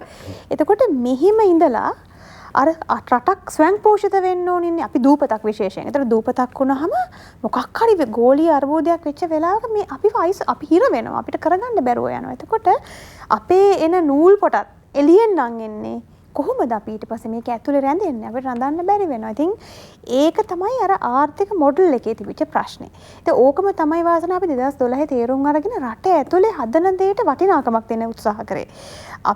මොකද අපි රටක් විදිහට ගත්තාම ශ්‍රී ලංකාව කියන එක ලෝක වෙළඳපොලේ මාකට් වෙලා තියෙන්නම ක්වොලිටි බඩු හදන රටක් හැටියට. ඒකට චයිනා හරි ඉන්දියා හරි අර කොමොඩිටි ප්‍රොඩක්ෂන් කරනකොට අපි කරන පොඩ්ඩ හරි හොඳ මේක කරපු එක. ඒ කියන්නේ උදාහරණයකට අපි තේ හැදුවා නම් අපි හැදුවේ world best tea, world best cinnamon, world best spices. ඇඟලුම් නම් හොඳම brands ලංකාවේ මැහුවේ. ඇයි අපි දන්න අපි quality කියන එක අතින් ඉහළින් හිටියේ. ප්‍රමිති තත්ත්වය. ප්‍රමිති. එතකොට ඔයා දන්නවද garment without guilt කියලා brand කෙරුවා අපි ලෝකේ. අපි conceptually සහ අද ලෝකේ දියුණු රටවල් කතා කරන green economy එහෙම නැත්නම් හරිත ආර්ථිකය climate adaptation මේ වගේ දේවල් අපේ රටේ මේ පුංචි දූපතේ අපි කරන්න පුළුවන් වුණා. පහුගිය අවුරුදු 10 වාසනා හරියට ඇනලයිස් කරොත් 2019ට එනකන් පුදුම විදිහට ව්‍යවසායකයෝ බිහි වෙන්න පටන් ගත්තා. පාරට බැස්සාම පාරේ අපිට දැක්කා මිනිස්සු බඩු විකුණන්න කී දෙනෙක් හවසට කඩවල් දා ගන්නවද අර බැංකොක් වල වාගේ. හරි ඊට පස්සේ මාකට් වලට ගියාම මේකේ ෆෝමැට් එක වෙනස් වුණා. එක්සිබිෂන් එළියට එන්න පටන් ගත්තා. එතනින් එහා ගිහලා ව්‍යවසායකයෝ හැදෙන්න ලස්සන බ්‍රෑන්ඩින් බලන්න කොච්චර අද සුපර් මාකට්ස් වලට බඩු නැති වෙනකොට මේව පුරවන්නේ අපේ මිනිස්සු. එතකොට මේක හැදුන්නේ නැත්තේ නෑ. මිනිස්සු කොහොම හරි එකතු වෙලා මේක හැදුවා. හැබැයි මේවා අඳුරගත්තේ නෑ වාසනා. මේවා අඳුරගත්තා නම් රජය රටට පාලනය කරන මිනිස්සු ටික ඒක අඳුරගත්තා නම් මේවා ප්‍රයොරිටයිස් කරන්න පුළුවන්. දැන් අදටත් මම දකින්නේ ලොකුම දේ තමයි අපි මෙහෙම ක්‍රයිසිස් එකක් මං ඉස්සරහට කොහොම මේක මැනේජ් කරන්න ඕනේ කියලා. එතකොට මේකෙදි අපිට තියෙන අත්‍යවශ්‍ය සේවා කියලා. එතකොට අපි මේ අත්‍යවශ්‍ය සේවා ටික හරියට තෝරගෙන හරි නිකන් මේ පාර්ලිමේන්තු එක මන් දන්නේ ඒක ඔන්ලයින් කරන්න පුළුවන්ද කියලා. හැබැයි එයාට තෙල් දෙනවද මේ වාගේ ඩොලර් ගේන්න යන අපනායනකරුවෙකුට එයාගේ තෙල් ටික පුරවන්න ක්‍රමයක් හදලා දීලා එයාගේ වැඩේ ඉක්මනින් කරලා දෙනවද? ප්‍රමුඛතාවය සම්බන්ධයෙන්. ප්‍රමුඛතාවයට අපිට එන්න සිද්ධ වෙනවා. හරි. ඒතර අපි ඒක කරනවද? තාමත් අපි ඒ ගැන කතා බහක්වත් නැහැ. හරි. එතකොට මේවට තමයි අපිට ප්‍රතිපත්ති. අපි ඉල්ලන්නේ ඒකයි. අපි හිර වෙලා ඉන්න තැන මේ උඩින් අපිට සහයෝගය නැලෙන්නේ නැති නිසා. අපි මේක අල්ලන් ඉන්නවා. හැබැයි මේක කොච්චර අල්ලන් ඉන්න ඕන නිසාද? ඉතින් අර උඩ හැදෙන්න ඕනේ. අනිත් පැත්තෙන් තමයි දැන් මම ඊළඟට කියන්න ගිය කාරණේ දැන් ඔයා මගෙන් ඇහුවා දැන් අපේම තියෙන එකක් එළියට යවනවා කියලා. ඒකට හේතුව තමයි අපි අර මිනිස්සුන්ව පුරුදු කරලා තිබුණේ මේ වැලියු ඇඩිෂන් කියන එකට. එහෙමත් නැත්නම් අගය එකතු කිරීම කියන එකට. ඒ කියන්නේ අපි ගොඩක් වෙලාවට පුරුදු වෙලා හිටි තියෙන එක කොහොම ගුලිය පිටින්ම දෙනවා. තව රටක් ඒකට ඉංජිනේරින් නොලෙජ් එක ඒක දාලා නවීන ලෝකෙට ඕන විදිහට හදලා අපිටම දෙනවා. අපි රෝ මැටීරියල් එකක් අමුද්‍රව්‍යයක් විදිහට තමයි හුඟක් වෙලාවට එළියට පුරුදු වෙලා හිටියේ. මොකද අපි පුරුදු වෙලා හිටියේ නෑ. මහසි වෙන්න කැමති නැද්ද ඒ කියන්නේ? ඒක කරන්න නිර්මාණශීලීත්වයද? අවශ්‍ය කරන පරිසරය හැදුන්නේ නෑ. ඒ කියන්නේ අපිට අවශ්‍ය කරන කර්මාන්ත ශාලා අපිට අවශ්‍ය කරන ක්‍රමවේදයන් අපි හැදුවේ නෑ. මොකද ඒකට හේතුව අපි හැම වෙලේම හිතුවේ පිටින් ගේන එක ලාභයි කියලා. මම උදාහරණයක් ඔබට කියන්නම් පිටින් ගේන එකේ තියෙන විදිහ. දැන් මම ජපානයේ උදාහරණයක් ගත්ත හින්දා මම එතනම කියන්නම්. ජපානයේ අපි දන්නවා වැටිලා නැගිටපු රටක්.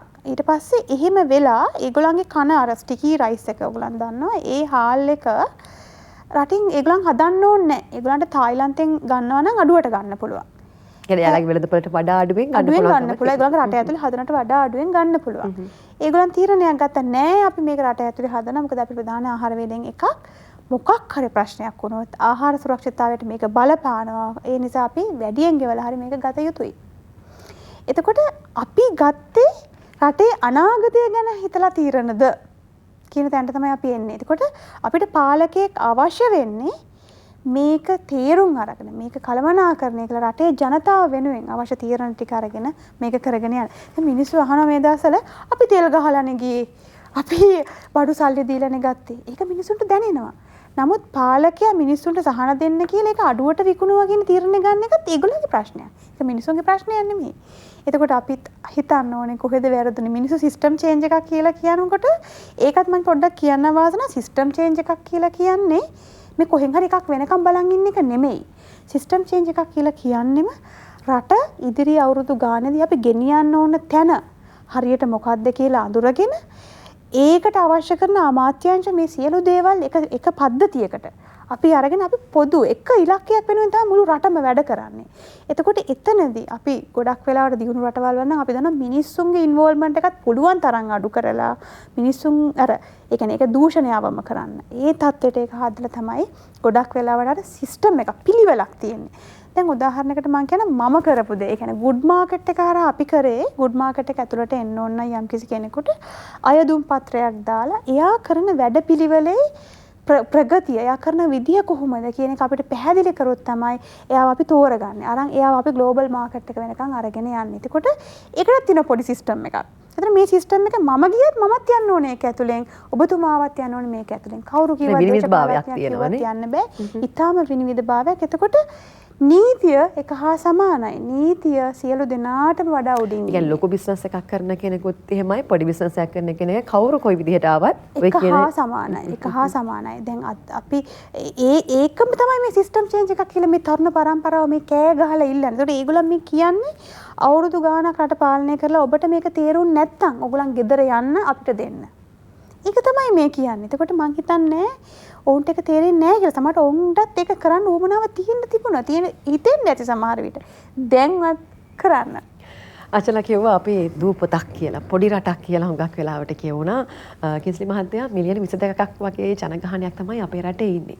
දැන් ලෝකෙත් එක්ක මේක අපි අරගෙන බැලුවොත් එහෙම ලංකාවේ ජනගහනය 0.3ක්. හරි පොඩි නේද අපි චුට්ටයිනේ. එහෙම කියලා හැඟීමක් අපිට හිතෙනවානේ. එතකොට අපිට සිද්ධ වෙනවා මේ තනියෙන් අර අපිට අචලා මොලෙන් කිව්වා තනියෙන් අපිට ඉන්න පුළුවන් කමක් නැහැ. තනියෙන් බිස්නස් කරන්න පුළුවන් කමක් නැහැ. හැබැයි අපි තනි වෙච්ච අවස්ථා තියෙනවා විවිධ අවස්ථාවල. මේකත් ඒ වගේ වෙලාවක අපි තනි වෙලා අපි ණයට සල්ලි ටිකක් හොයාගන්න try කරනවා. අපි බිස්නස් ටික මොනවා හරි කරලා අපේ අපනායන ආදායම් වැඩි කරන්න හදනවා. ආනයන සීමා කරන්න හදනවා. එතකොට තව ඩොලර් ගේන්න අපි try කරනවා. මේ හැම දෙයක්ම ගත්ත එක අපි try කරනවා මේ කොහොම හරි උත්තරයක් හොයාගන්න. මොන හරි අපි කරන්න ඕනේ. දැන් ඔයගොල්ලෝ ඇතුළුව මේ ව්‍යවසායික ව්‍යාපාරිකෝ මේ වෙලාවේ හුඟක් දෙනා අපි දන්නවා මහන්සි වෙලා මේක ගොඩ දාගන්න උත්සාහයක් දරනවා. මේ උත්සාහය තුළ ඔබතුමා හිතන විදියට අර මේ සිස්ටම් චේන්ජ් එක මේ අලුත් වචන මේ හුඟක් දේවල් එකතු වෙලා තියෙනවා. අපි මේ වෙනස කරගෙන යාමේදී අපිට අර කිව්වාගේ ප්‍රශ්න ගණනාවක් ඇති වෙනවනේ. දැන් උත්තර කවුරුත් දෙන්නේ නැද්ද කියලා හයිනේ. ඔයගොල්ලෝ ඔක්කොම ප්‍රශ්න ගැන කියනවා සැලසුම් කරමු, අපි මෙහෙම කරමු, අපි මෙහෙම කළා. ඔබතුමා පුද්ගලිකවත් ඔබේ ආයතනය තුල යමක් කළා කියලා කිව්වනේ. අර මං කලින් කිව්වේ දේශීය ව්‍යාපාර ගැන අපි ළඟ තිබෙනා වූ හැඟීම. මේක වෙනස් කරන්න නම් අපි මොනවද අපේ රටේ මිනිස්සුන්ට කියන්න ඕනේ? ඉස්සල්ලාම වාසනා අපි මේ හිතන අපේ ක්‍රමෙත් අපි වෙනස් කරගන්න ඕනේ. හරි. අනිත් අයට වෙනස් වෙන්න කියන ගමන්නේ. වෙනස් වෙන්න කියන ගමන්. දැන් බලන්න අපි මොකක්ද සාමාන්‍ය හැටියට කඩයක් කරන එක්කෙනෙක් වුණත් හරි ඒගොල්ලෝ කොච්චර ප්‍රශ්න තිබ්බත් ඒගොල්ලෝ මේ වෙනසක් කරන්නේ නැහැ. මේ සාමාන්‍ය කඩයක් තියෙන මිනිස්සෙක් වුණත් වෙනසක් කරන්නේ මේ මම දැකලා තියෙනවා. දැන් අචල කිව්වා දැන් පහුගිය කාලේ කොවිඩ් එක හින්දා අලුත් සිස්ටම් මෙහෙම ආවට සාමාන්‍ය දැන් බැලුවොත් එහෙම කිසි වෙනසක් වෙන්නේ නැහැ. මේ අපේ හිතන ක්‍රමේ අපි වෙනස් කරගන්න ඕනේ. අපි හිතන්න ඕනේ අපි කොහොමද ඉස්සරහට යන්නේ කියලා. හරි. ඉතින් මේ දේශීය කියලා අපි දැන් ඇත්තටම මෙහි ප්‍රොඩක්ෂන් එකක් කරොත් ලංකාවේ දැන් ඔයාලා මුලදී පටන් ගත්ත හැටියට වාසන ඔයා අපේ මිලියන් 22ක් 23ක් වගේ තමයි ඉන්නේ අපේ ජනගහනය. ඉතින් මෙහි ප්‍රොඩක්ෂන් එකක් කරොත් එහෙම අපිට යන කොස්ට් එකත් එක්ක බැලුවොත් අපිට යන වියදමත් එක්ක බැලුවොත් අපිට ලාභ ලබන්න සෑහෙන කාලයක් යනවා. හරි. ඉතින් ඒක හින්දා තමයි අපි හැමතිස්සෙම බලන්න ඕනේ මේ අපනයනය කරන්නේ කොහොමද කියලා අපනයනය කරන්න මේ ඉන්ටර්නැෂනල් මාකට් එකට ජාත්‍යන්තර ගෝලීය ආර්ථිකයත් එක්ක මූව් වෙන්න අපි යන්නේ කොහොමද කියලා රයිට්. ඉතින් අපි හැමතිස්සෙම මේක මේ අපිට මේ ලංකාවේ ඉඳගෙන දියුණු කරන්න බෑ රයිට්. ඉතින් ඒකයි කොහොම හරි මම වුණත් try කරන්නේ මේ දැන් වුණත් මම try කරන්නේ මම කිව්වා මම අලුත් ප්‍රොජෙක්ට් එකක් පටන් ගත්තා කියලා මේ උතුරේව කාන්තාවන්ව කට්ටියකුත් එක්ක ඒගොල්ලන්ගේ තියෙන යම් කිසි ද්‍රව්‍ය වගේක් ගැන ඒක වුණත් අපි බලන්නේ කොහොමද අපි ඒක යුරෝපෙට යවන්නේ කියලා. ඒගොල්ලොත් එක්ක කතා කරලා ඒගොල්ලන්ට අරලා ඒ ටෙස්ටිං ඕනේ කරන දේවල් දැන් කරගෙන ඒක කරගෙන යනවා. ඉතින් අපිට ඒ කාන්තාවෝ ඒ දේවල් මේ අවුරුදු සෑහෙන කාලෙක ඉඳන් කරගෙන ආපු දේවල්. ඒ වුණාට මේ අද වෙනකන් ඒගොල්ලන්ට එතනින් එහාට යන්න බැරි වෙලා තියෙනවා. රයිට්. ඉතින් මේ අවශ්‍ය විදි තියෙනවා නැතුව නෙමෙයි. හැබැයි මේ හැමෝගෙම උදව් ඇතුව මේ අපේ ආණ්ඩු වල මේ රජයේ ආයතන මේගොල්ලෝ බලන්න ඕනේ මේ ව්‍යාපාරිකයන්ට කොහොමද උදව් කරන්න පුළුවන් කියලා. ඒගොල්ලන්ගේ උදව් අවශ්‍යයි. ඔබතුමාගේ ශාස්ත්‍රීය පැත්තෙන් බැලුවොත් මේ වෙලාවේ මොනවද රජයේ පැත්තෙන් වෙන්න ඕනේ කියලා ඔබතුමා හිතන දේවල්? රජයේ පැත්තෙන් වෙන්න ඕනේ අපිට ප්‍රධානින්ම ඕනේ වෙන මොනවත් නෙමෙයි වාසන අපිට ඕනේ ඩීසල් ටික ඕනේ. හරි. එතකොට මේ ඩීසල් කියන්නේ මම දැන් අද දැක්කා අපේ ඇඟලුම් ශාස්ත්‍රයේ මේ ආයතන ඩොලර්ස් වලින් CPC එකට ගෙවලා තියෙනවා මේ ඩීසල් වලට. හැබැයි අද වෙනකන් ඩීසල් හම්බ වෙලා නැහැ. රයිට්. දැන් අපිට කොහොම හරි කරලා මේ ගේන අමුද්‍රව්‍ය ගෙනල්ලා ෆැක්ටරි එකේ දාලා කරනවා. කළා ඉවර වෙලා ප්‍රොඩක්ෂන් එක ඉවර කරනවා. ප්‍රොඩක්ෂන් එක ඉවර කරලා ෆැක්ටරි එකේ ඉඳන් කන්ටේනර් එක පෝට් එකටවත් එයාපෝට් එකටවත් අරගන්න බැරුව දැන් කීයක් නම් තියෙනවද කියලා ඔයා දන්නවද? මේ කන්ටේනර් එක හරි නැවට දැම්මේ නැත්තම් ඒ නැවේ ගමනාගමන ඒ යන දිනේට අපිට දී ගන්න බැරි වුණොත් ඊළඟ නැව තියෙන්නේ කවද්ද කියලාවත් අපි දන්නේ නැහැ. ඉතින් එහෙම වුණොත් අපිට අපේ ඩිලිවරිස් කවදාවත් වෙලාවට දී ගන්න බෑ. ඉතින් ආණ්ඩුව මේ වෙලාවේ හරියටම බලන්න ඕනේ කාටද ප්‍රමුඛතාවය දෙන්න ඕනේ කියන එක. මේ විශේෂයෙන්ම මේ ශේත්‍ර ඇඟලුම් ශේත්‍රයද මේ එක්ස්පෝර්ට් සෙක්ටර් එකද ඒගොල්ලන්ට මොනවද ඕනේ කරන්නේ මේ අපිට වැඩ කරන ළමයි ගේන්න විදියක් නැහැ. බස් වලට ගහන්න ඩීසල් නැහැ. එක්කෝ ඒ ළමයි මේ පෝලිං වල ඉන්නවා ගෑස් ගන්න. රයිට්. ඉතින් මේ හැම දෙයක්ම කොහෙන් හරි කනෙක්ට් වෙලා තියෙනවා. ඉතින් මේ අපිට මේ විශේෂයෙන්ම දැන් තියෙන ප්‍රශ්න ටික විසඳන්න ඕනේ. මේ ඕනේ කරන ඩීසල් ටිකද පෙට්‍රල් ටිකද මේ ගෑස් ටිකද මේ දේවල් දෙන්න ඕනේ. දුන්නාම එතකොට අපිට අර වැඩ කරන ළමයාට හරි වාසනා ඒක හරි ලොකු ප්‍රශ්නයක්. රයිට්. දැන් අපි මේ හැමතිස්සෙම කල්පනා කරන්නේ මේ අපි ගැන විතරයි. රයිට්. හැබැයි මේ මහාන මැෂිමේ ඉන්න මේ ළමයාට තියෙන ප්‍රශ්න ටික කවුද විසඳන්නේ? තැනකට කතාව ආයිමත් අරගෙන ආවා. කාන්තාව ගැන දැන් මේ කතා කරන්න හදන්නේ කාන්තාවක් මේ පැත්තේ ඉන්නවා. මම හිතුවා ඔබතුමියගෙන් අහන්න දැන් අර අපිට මතකයි නව මහ බැංකුව අධිපති ආචාර්ය නන්දලාල් වීරසිංහ මහත්මයා පසුගිය දවසක මාධ්‍ය සාකච්ඡාවක කිව්වා ආනයනය කරන භාණ්ඩ සඳහා Taman ළඟ තියෙන මුදල් වැය කරන්න යන්න එපා. ෆෝන් එකක් ගන්න ඉන්නවා නම් ටීවී එකක් ගන්න නම් පොඩි කාලයක් ඉන්න හදිස්සි නෑනේ. ඒක තියාගන්න තෙල් ටික ගන්න. මේ පොඩි තමන්ගේ අවශ්‍යම දේවල් ටිකට කියලා. මේ වෙලාවේ කාන්තාව ගොඩක් අපිව බලාගෙන ඇති. ව්‍යවසායිකාවක් වෙන්න පුළුවන්, ගුරුවරියක් වෙන්න පුළුවන්, සාමාන්‍ය දැරිවියක් වෙන්න පුළුවන් කවුරු හෝ. ඔබතුමිය කාන්තාවක්, ව්‍යවසායිකාවක්. ඔබතුමිය අර මං කලින් වගේ පුද්ගලික ජීවිතෙත් මේ ප්‍රශ්න ටික ඒ විදිහටම තියෙනවා. ඒක දෙගුණ තෙගුණ වෙලා ව්‍යාපාර ශාස්ත්‍රයේත් තියෙනවා. මේ වෙලාවේ කාන්තාවක් විදිහට අපේ කාන්තාවන්ට මොනවද කියන්න තියෙන්නේ? මට හිතෙන්නේ මේ වාසනා කවදාකටත් වඩා කාන්තාව තමයි මොන ක්‍රයිසිස් එකක් ආවත් මට හිතෙන්නේ මුලින්ම ප්‍රශ්නෙට මුහුණ දෙන එක. මොකද දරුවා ඇවිල්ලා ගෙදරින් බත් ටික ඉල්ලන්නේ අම්මගෙන්, තාත්තා මහන්සි වෙලා ගෙදර ඇවිල්ලත් කැම ටික ඉල්ලන්නේ තමන්ගේ බිරිඳගෙන්. එතකොට ගෙදර පාලනය කරන්නේ ඇය. එතකොට ඇයට තමයි ගෑස් ප්‍රශ්නේ එන්නේ, ඇයට තමයි කරන්ට් නැති ප්‍රශ්නේ තියෙන්නේ, ඇයට තමයි වොරි වෙන්නේ තමන්ගේ ළමයාගේ අධ්‍යාපනය. මවක් හැම පැත්තෙන්ම තැලෙනවා. එතකොට ඔබට දකින්නවා ටීවී එක බලලා දැක්කහම පොලිමේ ඉඳලා කෑ ගහන විදිහ. හැබැයි දැන් මේ මවට හිතන්න සිද්ධ වෙනවා මමත් මවක් හැටියට මගේ දරුවට අනාගතයක් මං හදන්න ඕනේ. මම දුක් විඳා මගේ දරුවටත් මම මේ දුක දෙනවද? එතකොට අපිට ඒ දරුවට ඒ දුක නොවෙන්න නම් දැන්වත් අපේ රට අපි දියුණු කරගන්න ඕනේ. අපි මේක ගයක් විදිහට ගත්තත් එහෙමනේ වාසනා. දැන් අපි ගෙදර ප්‍රශ්නයක් නා අපි ගෙදර ඉඳලා අපිත් දැන් කන්න නැහැ. අපිට වටෙන් කවුරුද උදව් කරන්නේත් නැහැ. එහෙනම් අම්මා මොකද්ද කරන්නේ සාමාන්‍යයෙන්? අම්මා දන්න දෙයක් එක්ක නැත්තම් අරන් තියපු හාල් ටිකක් එක්ක නැත්තම් මේ ගෙදර තිබිච්ච දෙයක් එකතු කරලා මොකක් හරි කරලා මේකෙන් උත්තරයක් හොයන්න යාස් දඟලනවා. ඒකමයි දැන් අපිට වෙලා තියෙන්නේ.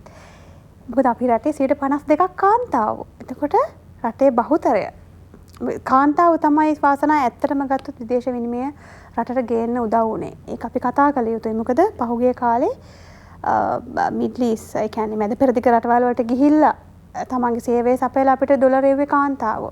තේ දළු ටික කැඩුවේ කාන්තාවෝ. ඇඟලුම් කර්මාන්තවල වැඩ කරේ කාන්තාවෝ. නමුත් කාන්තාවට තීරණ ගන්න තැන්වල ඉඩ දුන්නද කියන එක ප්‍රශ්නයක්. නමුත් කාන්තාව ආර්ථිකයට ගර ගැහුවා. දැන් මේ වෙලාවෙත් වාසනා අපි ඔයා කිව්වනේ දැන් අපි ප්‍රශ්න විතරමයි කතා කරන්නේ කෝ විසඳුම් කියලා. ඕ විසඳුම් තමයි කතා කළ යුත්තේ. මොකද පළවෙනිම විසඳුම මම හිතන්නේ රටේ මිනිස්සු හැටියට අපි දන්නවා අපේ රටෙන් දැන් ආපහු ගියා මිනිස්සු ආපහු එළියට ගියා. මොකද ඒකට හේතුව මේ රටේ ඉඳලා වැඩක් නැහැ කියලා. ඉතින් සමහර අය මිඩල් ඊස්ට් කන්ට්‍රීස් වලට ගියා. ඉතින් සහ අපේ රටේ මිනිස්සු ඉන්නවා එළියේ. දැන් අපි දන්නවා ඉන්දියාව ගත්තොත් දමිළ ජාතිකයින් ඉන්දියාවට ආදරෙයි. හින්දි ජාතිකයන් ඉන්දියාවට ආදරෙයි. මොනවා වුණත් තමන්ගේ රට වැටෙනවා කිව්වොත් ඒගොල්ලන්ට කර ගහනවා. එතකොට මම විශ්වාස කරන්නේ මේක ගොඩ යන්න. මොකද අපිට තියෙනවා ඉක්මනින් විසඳ ගන්න ඕනේ ප්‍රශ්නයක් මේ ඉන්ධන අර්බුදය.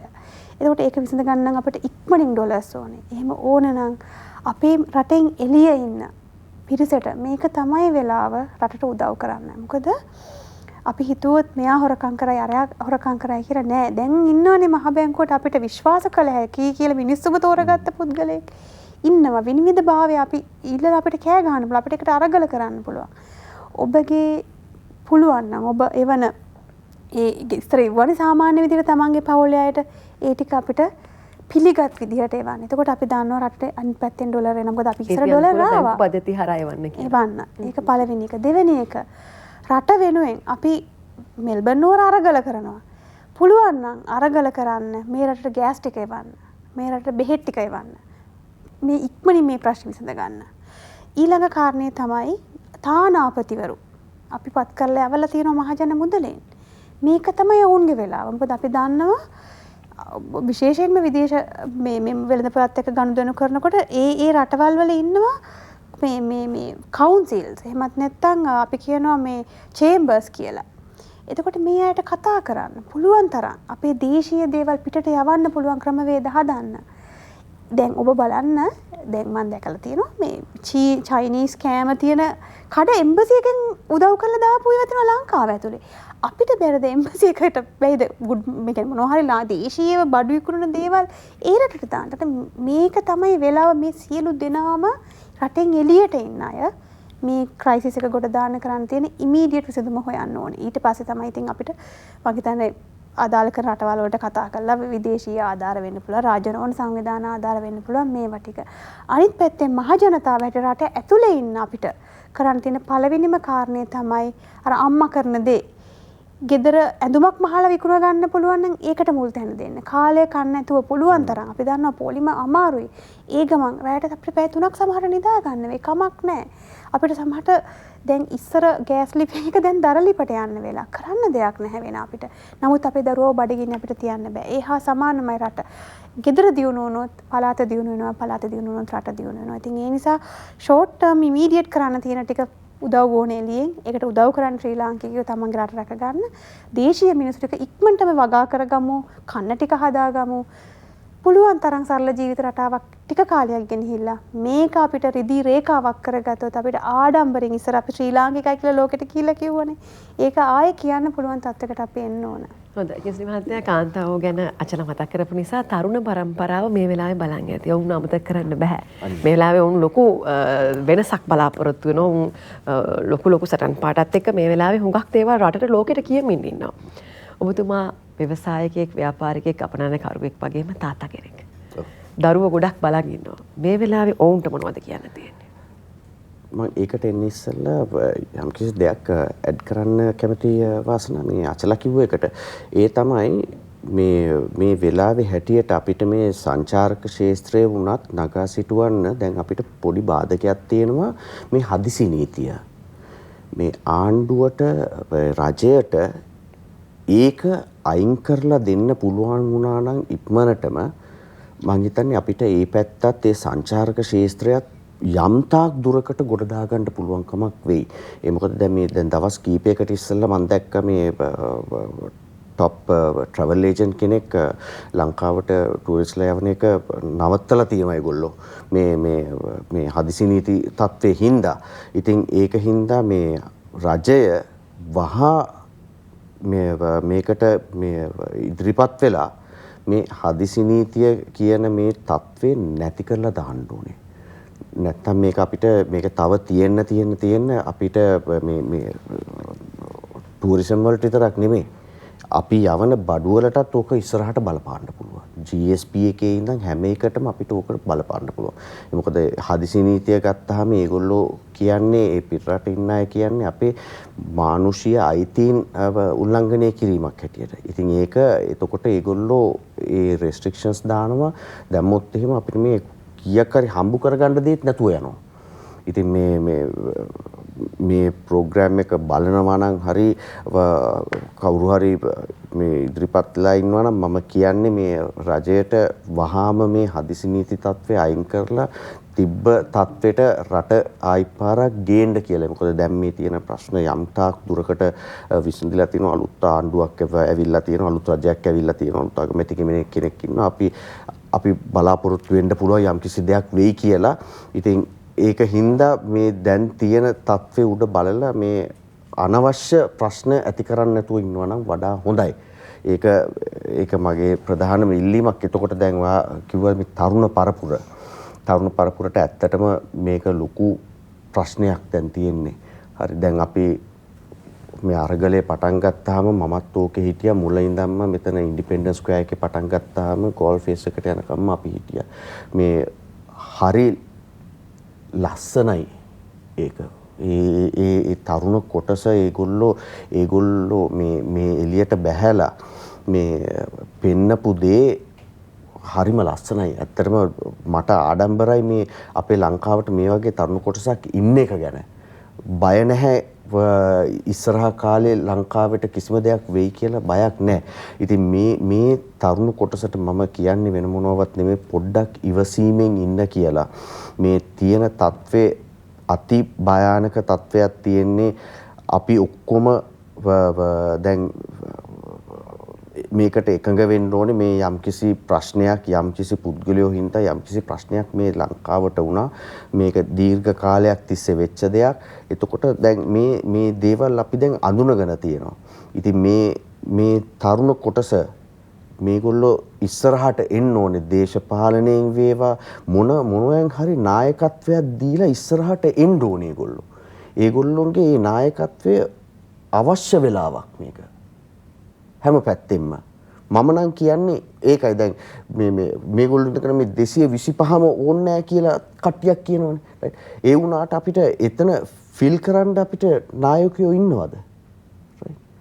ඉතින් ඒක හින්දා මේ තරුණ කොටසට මම කියන්නේ වෙන මොනවත් නෙමෙයි.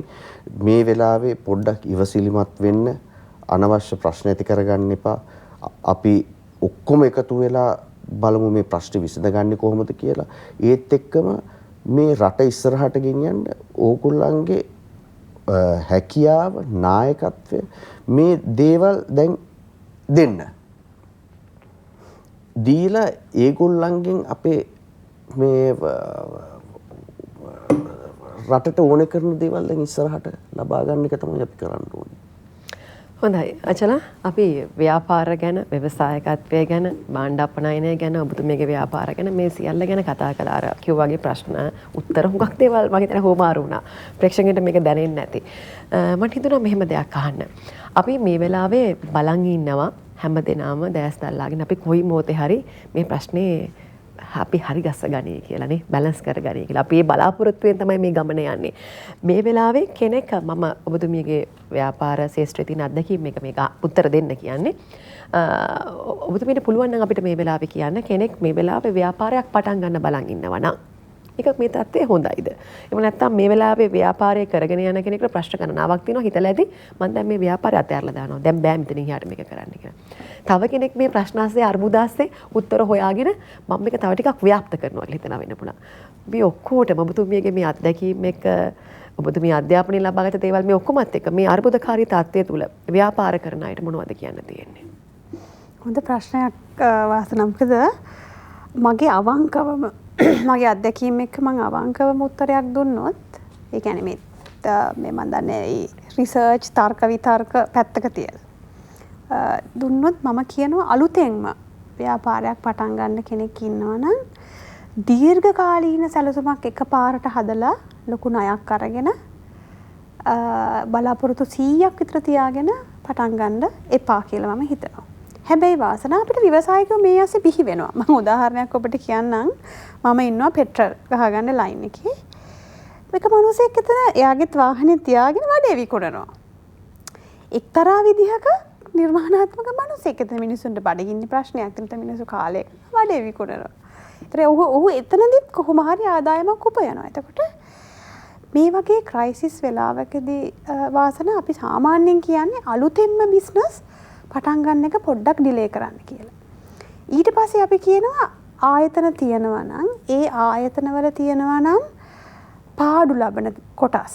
එහෙමත් නැත්නම් ඒ ආයතනවල තියෙනවා නම් අලුත් වැඩක් කරන්න තව තියෙනවා ඒකට ප්ලෑන් එකක්. නමුත් මේ තියෙන අපි කියනවා ලොජිස්ටික්ස් කියලා. ඒ ප්‍රශ්න විසඳ ගන්න බැරි නම් අපි කියන්නේ ගොඩක් වෙලාවට ඒවා හෝල් කරන්න පොඩ්ඩක්. එහෙමත් නැත්නම් පාඩු ලබන කොටස් වහලා දාන්න. කරලා පුළුවන් තරම් ආයතන අපි එකට කියනවා ස්ට්‍රීම් ලයින් කරනවා කියලා. හොඳට ඒක පිළිවෙලකට හදලා වෙනදාට වඩා අවධානය දෙන්න ආදායමට සහ වියදමට. ඒ අනුව තමයි ආයතනය රැක ගන්න කියන්නේ.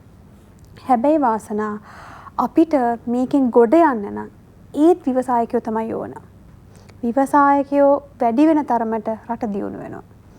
එතකොට එහෙමනම් ව්‍යවසායකයෝ හැදෙන්න එපාද? පොඩ්ඩක් ඉන්න මාස 2-3ක් ඉඳලා අපිට ඕන නිර්මාණාත්මක ව්‍යවසායකයෝ නිකන් අය වැඩකුත් නෑ අපිට. මොකද අර ආයෙත් ඉන්දියාවෙන් බඩු ටික අරන් ඇවිල්ලා නම් මෙහි හදාගන්න බලාගෙන ඉන්නේ. එයාගේ එක කියන්න බෑ විශ්වාස නැහැ. අපිට මොනවද වෙයිද දන්නේ නැහැ ඉස්සරහට. රට ඇතුළෙම දේවල් කරගෙන ඒක දියුණු කරලා අපිට පිටරට යවන්න පුළුවන් නම් එහෙම අය තමයි අපිට ඕනේ. මම උදාහරණ ඔබට කීපයක් දෙන්නම්. මේ ළඟදී මම අතර මේක මම දැක්ක එක මහාචාර්යවරියක් එක කියනවා ටීවී එකේ අපේ වටේටම මුහුද තියෙන්නේ. හරි? එතකොට අපි දන්නවා සීවීඩ් කියන එක විශේෂයෙන්ම චීන ජාතිකයන් විතරක් නෙමෙයි තවත් ගොඩාක් රටවල් සීවීඩ් ඔවුන්ගේ ආහාරයට එකතු කර ගන්නවා. ආහාරයට ගන්නවා. ගොඩාක් ආහාර විතරක් නෙමෙයි තව කර්මාන්ත වලටත් සීවීඩ් යොදා ගන්නවා. අපේ වටේම මුහුද මම දන්නවා ත්‍රිකුණාමලයේ සහ මන්නාරමේ රාජනෝන සංවිධානයක් විසින් ෆන්ඩින් දීලා සීවීඩ් ප්ලාන්ට් පටන් ගත්තා. වවන්න පටන් ගත්තා ටිකක් මුහුද හරිය එහාට මෙන්න. ඒව එහෙමම නැති වුණා. දැන් අපි මැප් කරගන්න ඕනේ අපේ රටේ ශක්්‍යතාවය. අපිට කරන්න පුළුවන් දේ. සහ මහා පරිමාණයෙන් අපිට මුදල් උපයන්න දේ. එතකොට අපිට තියෙනවා ආර්ථික මර්මස්ථාන අපිට තියෙනවා. එතකොට රජයේ ප්‍රතිපත්තිය වෙන්න ඕනේ මේ ආර්ථික මර්මස්ථාන හරහා කොහොමද රට දියුණු කරන්නේ. ඉඩම විකුණනවද නැත්තම් තියෙන ඉඩමේ මැනිකක් හරලනවද? එහෙමත් නැත්තම් තියෙන දේෙන් වැඩක් ගන්නවද කියන තීරණයට අපිට එන්න වෙනවා. දෙවෙනි කාරණය තමයි අපිට මේ අනවශ්‍ය දේවල් අපි දැන් සාමාන්‍යයෙන් අපිට කිව්වම ප්‍රයිවටයිස් කරනවා කියලා අපි කෑ ගහන්න බලාගෙන ඉන්නේ. හැබැයි ගොඩක් රටවල් ක්‍රයිසිස් එකකදී ප්‍රයිවටයිස් කරලා තමයි ටර්න් එකක් අරගෙන තියෙන්නේ. අපිට එතනට යන්න වෙනවා. ඒක තමයි විදිය කරන්න සිද්ධ වෙනවා. ඊළඟ කාරණේ තමයි අපිට රට ඇතුලේ පොඩි හරි නිෂ්පාදන ආර්ථිකයක් හදාගන්න වෙනවා. මොකද අපි ගොඩක් වෙලාවට හිතනවා අපෝ පොඩි මාකට් එකක් තියෙන මේක ඇතුලට බඩු විකුණලා වැඩක් නැහැ කියලා. ඒක එහෙම නැහැ. ඉස්සෙල්ලා අපි හදන්නේ රටට කන්න තමයි, අපිට කන්න තමයි. හැබැයි එතනින් එහාට ඒකෙම වෙනස් මුහුණුවරකින් අපිට පිටරට යවන්න පුළුවන්. ඔබ විශ්වාස කරනවද අද වෙනකොට අපේ රටේ හදන මුරුංගා කොලේට ලෝක ආර්ථිකයේ කොච්චර ඉල්ලුමක් තියෙනවද කියලා. ඔය දන්නවද ලන්ඩන් වල කොච්චර කොස් ගෙඩියකට වටිනාකමක් ලැබෙනවද කියලා. එතකොට අපේ කුරුඳු ටික ලෝකෙම අපේ විතරයි හොඳම කුරුඳු තියෙන්නේ. ඒතර ගම්මිරිස් ටිකට අපේ ආයුර්වේද අපේ විශේෂයෙන්ම සිංහල දේශීය නිෂ්පාදන වලට ඔබ දන්නවා අද වෙනකොට අපිට තියෙනවා ලෝකෙත් එක්ක තරඟ කරන්න පුළුවන් කොස්මැටික්ස්. ඒතර අපි ඒවා හදලා තියෙනවා. මේවා උදාහරණ. එතකොට මේවා අපිට ගම් නියම් ගම් වලට අරන් යන්න. ගමේ ඉන්න ගැමියට ඕක තේරෙන්නේ නැහැ. හැබැයි මේ තරුණය උගත් මිනිස්සු තීරණ ගන්න මිනිස්සු මේ අය නිවැරදි පිළිවෙලක් හදලා ගමේ ඉන්න පුද්ගලයා හරහා දැන් අපි උදාහරණයකට ගත්තොත් ගාමන් ෆැක්ටරි එකක් කරන මෙතුමා තමයි දන්නේ මේක ගෙනියන්න ඕන තැන. හැබැයි යාපනයේ කාන්තාවන් මෙතුමා පුහුණු කරගන්න. ඒතකොට ඒ අය දන්න එක වැඩක්. ඒ අයගෙන් ගන්න ඕන පිළිවෙල අපි අරගෙන උපරිම දායකත්වයේ සියලු දෙනාගෙන්ම දරලා රට ඇතුළෙම කරන්න පුළුවන් ටික අපි මූලික ප්‍රමුඛත්වය දීලා කරගන්න පුළුවන් වුණොත් මං හිතන්නේ අපිට මේක තමයි වෙලාව මේක ගොඩ දා ගන්න පුළුවන්. හොඳයි. අචලා දීපු උත්තරෙත් එක මම අවසාන වශයෙන් කිස්ලි මහත්තයන් අහන්න හිතුවා. දැන් මේ ප්‍රශ්න ඔක්කොම විසඳන දවසක් වෙනකන් අපි බලන් ඉන්නවනේ. ප්‍රශ්න තියෙනවා කියලාත් අපි දැනගෙන. හැබැයි බලන් ඉන්න ලොකු බලාපොරොත්තුවක් අපි ළඟ තියෙනවා. සාධනීය උත්තරයක් මට ඕනේ. ප්‍රේක්ෂකයොත් බලාගෙන ඉන්නවා මේ වෙලාවේ. අපි කියමු අපේ යන ශේෂ්ත්‍රයත් ගොඩ දාගෙන අපි මේ වෙලාවේ මොන වගේ තැනකටද යන්න ඕනේ මොන වගේ උත්තරයක්ද අපි ළඟ තියෙන්න ඕනේ ඔබතුමාගේ පැත්තෙන් ඔබතුමා එකට උත්තර හොයාගෙන තියෙනවා කියලා කලිනුත් අපිට මතක් කළා අපි අවසාන වශයෙන් මතක් කරමු ප්‍රේක්ෂකයින්ට මේ ගමන අපි කොහොම හරි යමු කියන බලාපොරොත්තුව දෙමු අනිවාර්යයෙන්ම ආසනා දැන් අපි බලාපොරොත්තු තමයි අපි ඔක්කොටම තියෙන්නේ hope ඕක තමයි අපි ඇඟ ඇතුලේ තියෙන්නේ right උදේට නැගිට්ටාම හරි මේ කරන වැඩේ හරියයි කියලා ඕකෙන් තමයි පටන් ගන්න. ඉතින් ඒක අනිවාර්යෙන් ඒකේ තියෙන්න ඕනේ. හරි. දැන් ඒකට මාධ්‍ය පැත්තෙන් ඕගොල්ලන්ගෙන තුඟක් සපෝට් එකක් ඕනේ වෙනවා පාසනා. මොකද අපි බැලුවාම අපේ ටෙක්ස්ට් මෙසේජස් හරි නිවුස් හරි බැලුවාම හැමතිස්සෙම ඍණාත්මක දේවල් තමයි කියන්නේ ඉඳගෙන. අර පොලිම් මේ මනුස්සර ගැව්වා මේවා ගැව්වා. ඒකට ඕවා බැලුවාම මේ හෝප් එකක් තියාගන්නේ කොහොමද? බලාපොරොත්තුවක් තියාගන්නේ කොහොමද? කවුරුත් හිතන්නේ අපෝ අද දවස පටන් ගන්නෙම මේවා අහලා. හරි. ඉතින් මේ හෝප් එක බලාපොරොත්තුව ඇති කරන්න මාධ්‍ය ආයතනත් උදව් කරන්න ඕනේ. උදව් කරලා අපේ ඉන්න ව්‍යවසායකයන්ටද හුඟක් ප්‍රශ්න තියෙනවා දැන් මිනිස්සුන්ට. මිනිස්සු ඒගොල්ලන්ගේ වැඩ කරගන්න බැරුව, ව්‍යාපාරිකයන්ට ඒගොල්ලන්ගේ වැඩ කරගන්න බැරුව, ලෝන් ගෙවා ගන්න බැරුව දැන් අලුත්ම තත්ත්වය හැටියට මේ බැංකුවල ණය වාරික වැඩි කරලා තියෙන්නේ. ඉතින් මේ ඔක්කොම ප්‍රශ්නත් එක්ක මේගොල්ලෝ මේ නෙගටිව් thoughts ඍණාත්මක දේවලුත් එක්කත් කොහොමද ඉස්සරහට යන්නේ? ඉස්රි මහත්තයාට යමක් අපි එකතු කරමු. සමාජ මාධ්‍ය හසුරවන අයගෙත් ලොකු වගකීමක් තියෙනවා මේ වෙලාවේ. අනිවාර්යෙන්. ඔක්කොගෙම තියෙනවා. ඒකයි මම කිව්වේ. අපි ඔක්කොම දැන් හැමෝටම බෑ මං වගේ හිතන්න. රයිට්. ඉතින් ඒකින්ද අපි සමස්තයක් හැටියට ගත්තොත් හැමෝගෙම බලාපොරොත්තු ඇති කරන ක්‍රමයක් අපි ඇති කරන්න ඕනේ. මාධ්‍යයට ලොකු වගකීමක් තියෙනවා ඒකේ. මට ඒක හරියට හිතට වැදුනේ. මම සාමාන්‍ය නිවුස් බලනවා රැට බැලුවාම නිවුස් වලින් මම හිතන්නේ 50%ක් 60ක් විතර වෙලාව පෙන්වන්නේ කොච්චර දුරද පෝලිං, කොහෙද පෝලිං තිබ්බේ, මොනවද තිබ්බ ප්‍රශ්න, ඕවා ගැන තමයි කතා කරන්නේ. කිසිම හොඳක් ගැන කතා කරන්නේ මේ රටේ ව්‍යවසායකයෝද මොකක් හරි හොඳ දෙයක් වුණාද, මේ තව අලුත් දෙයක් මොකක් හරි හොයාගත්තද, ඒව ගැන කතා කරන්නේ. ඒව නෙමෙයි ප්‍රයොරිටි දෙක දෙන්නේ. ප්‍රමුඛතාවය ලැබෙන්නේ. ඉතින් එතනින් මේ මිනිස්සුන්ගේ හිත ඔක්කොම වෙනස් කරන්න පුළුවන්. මේ අපේ තරුණ පරපුර මේගොල්ලෝ හැමතිස්සෙම ඉන්නේ ෆෝන් එක දිහා බලාගෙන. ඉතින් ඕකේනේ මෙසේජස් දැක්කම මේ මිනිස්සුන්ට තරහා යනවා. ඉතින් ඒක කියන්න දෙයක් නෙමෙයි. මුතුමා කලින් කිව්වේ ෆෝන් එකෙන් ගොඩ යන්නත් පුළුවන් කියලා නේ. අනිවාර්යෙන්. ඒකයි. ඉතින් ඒකින්ද සමාජ මාධ්‍ය ජාලද මාධ්‍යද කවුරු වුණත් මේ වෙලාවේ අපි ජනතාව හැටියට අපි යම්කිසි දෙයක් කරනවා නම් මේ තත්වෙන් ගොඩ එන්න ඕගොල්ලන්ටත් වගකීමක් තියෙනවා. ඕගොල්ලන්ගේ වැඩෙත් ඒ විදිහට කරන්න. එතකොට මේ අපිට දැන් ඇහුව විදිහට ඔය අපේ ඉන්න ව්‍යවසායකයෝද තරුණ පරපුරද මේගොල්ලන්ගේ අපේ කාන්තාවෝදනේ කාන්තාවෝද ඒගොල්ලන්ගේ හිත වෙනස් කරන්න පුළුවන්. ඒගොල්ලන්ටත් මේ බලාපොරොත්තුව කියන දේ දෙන්න පුළුවන්. ඒක තමයි අපිට දැන් මේ වෙලාවේ තියෙන එකම දේ. බලාපොරොත්තුව.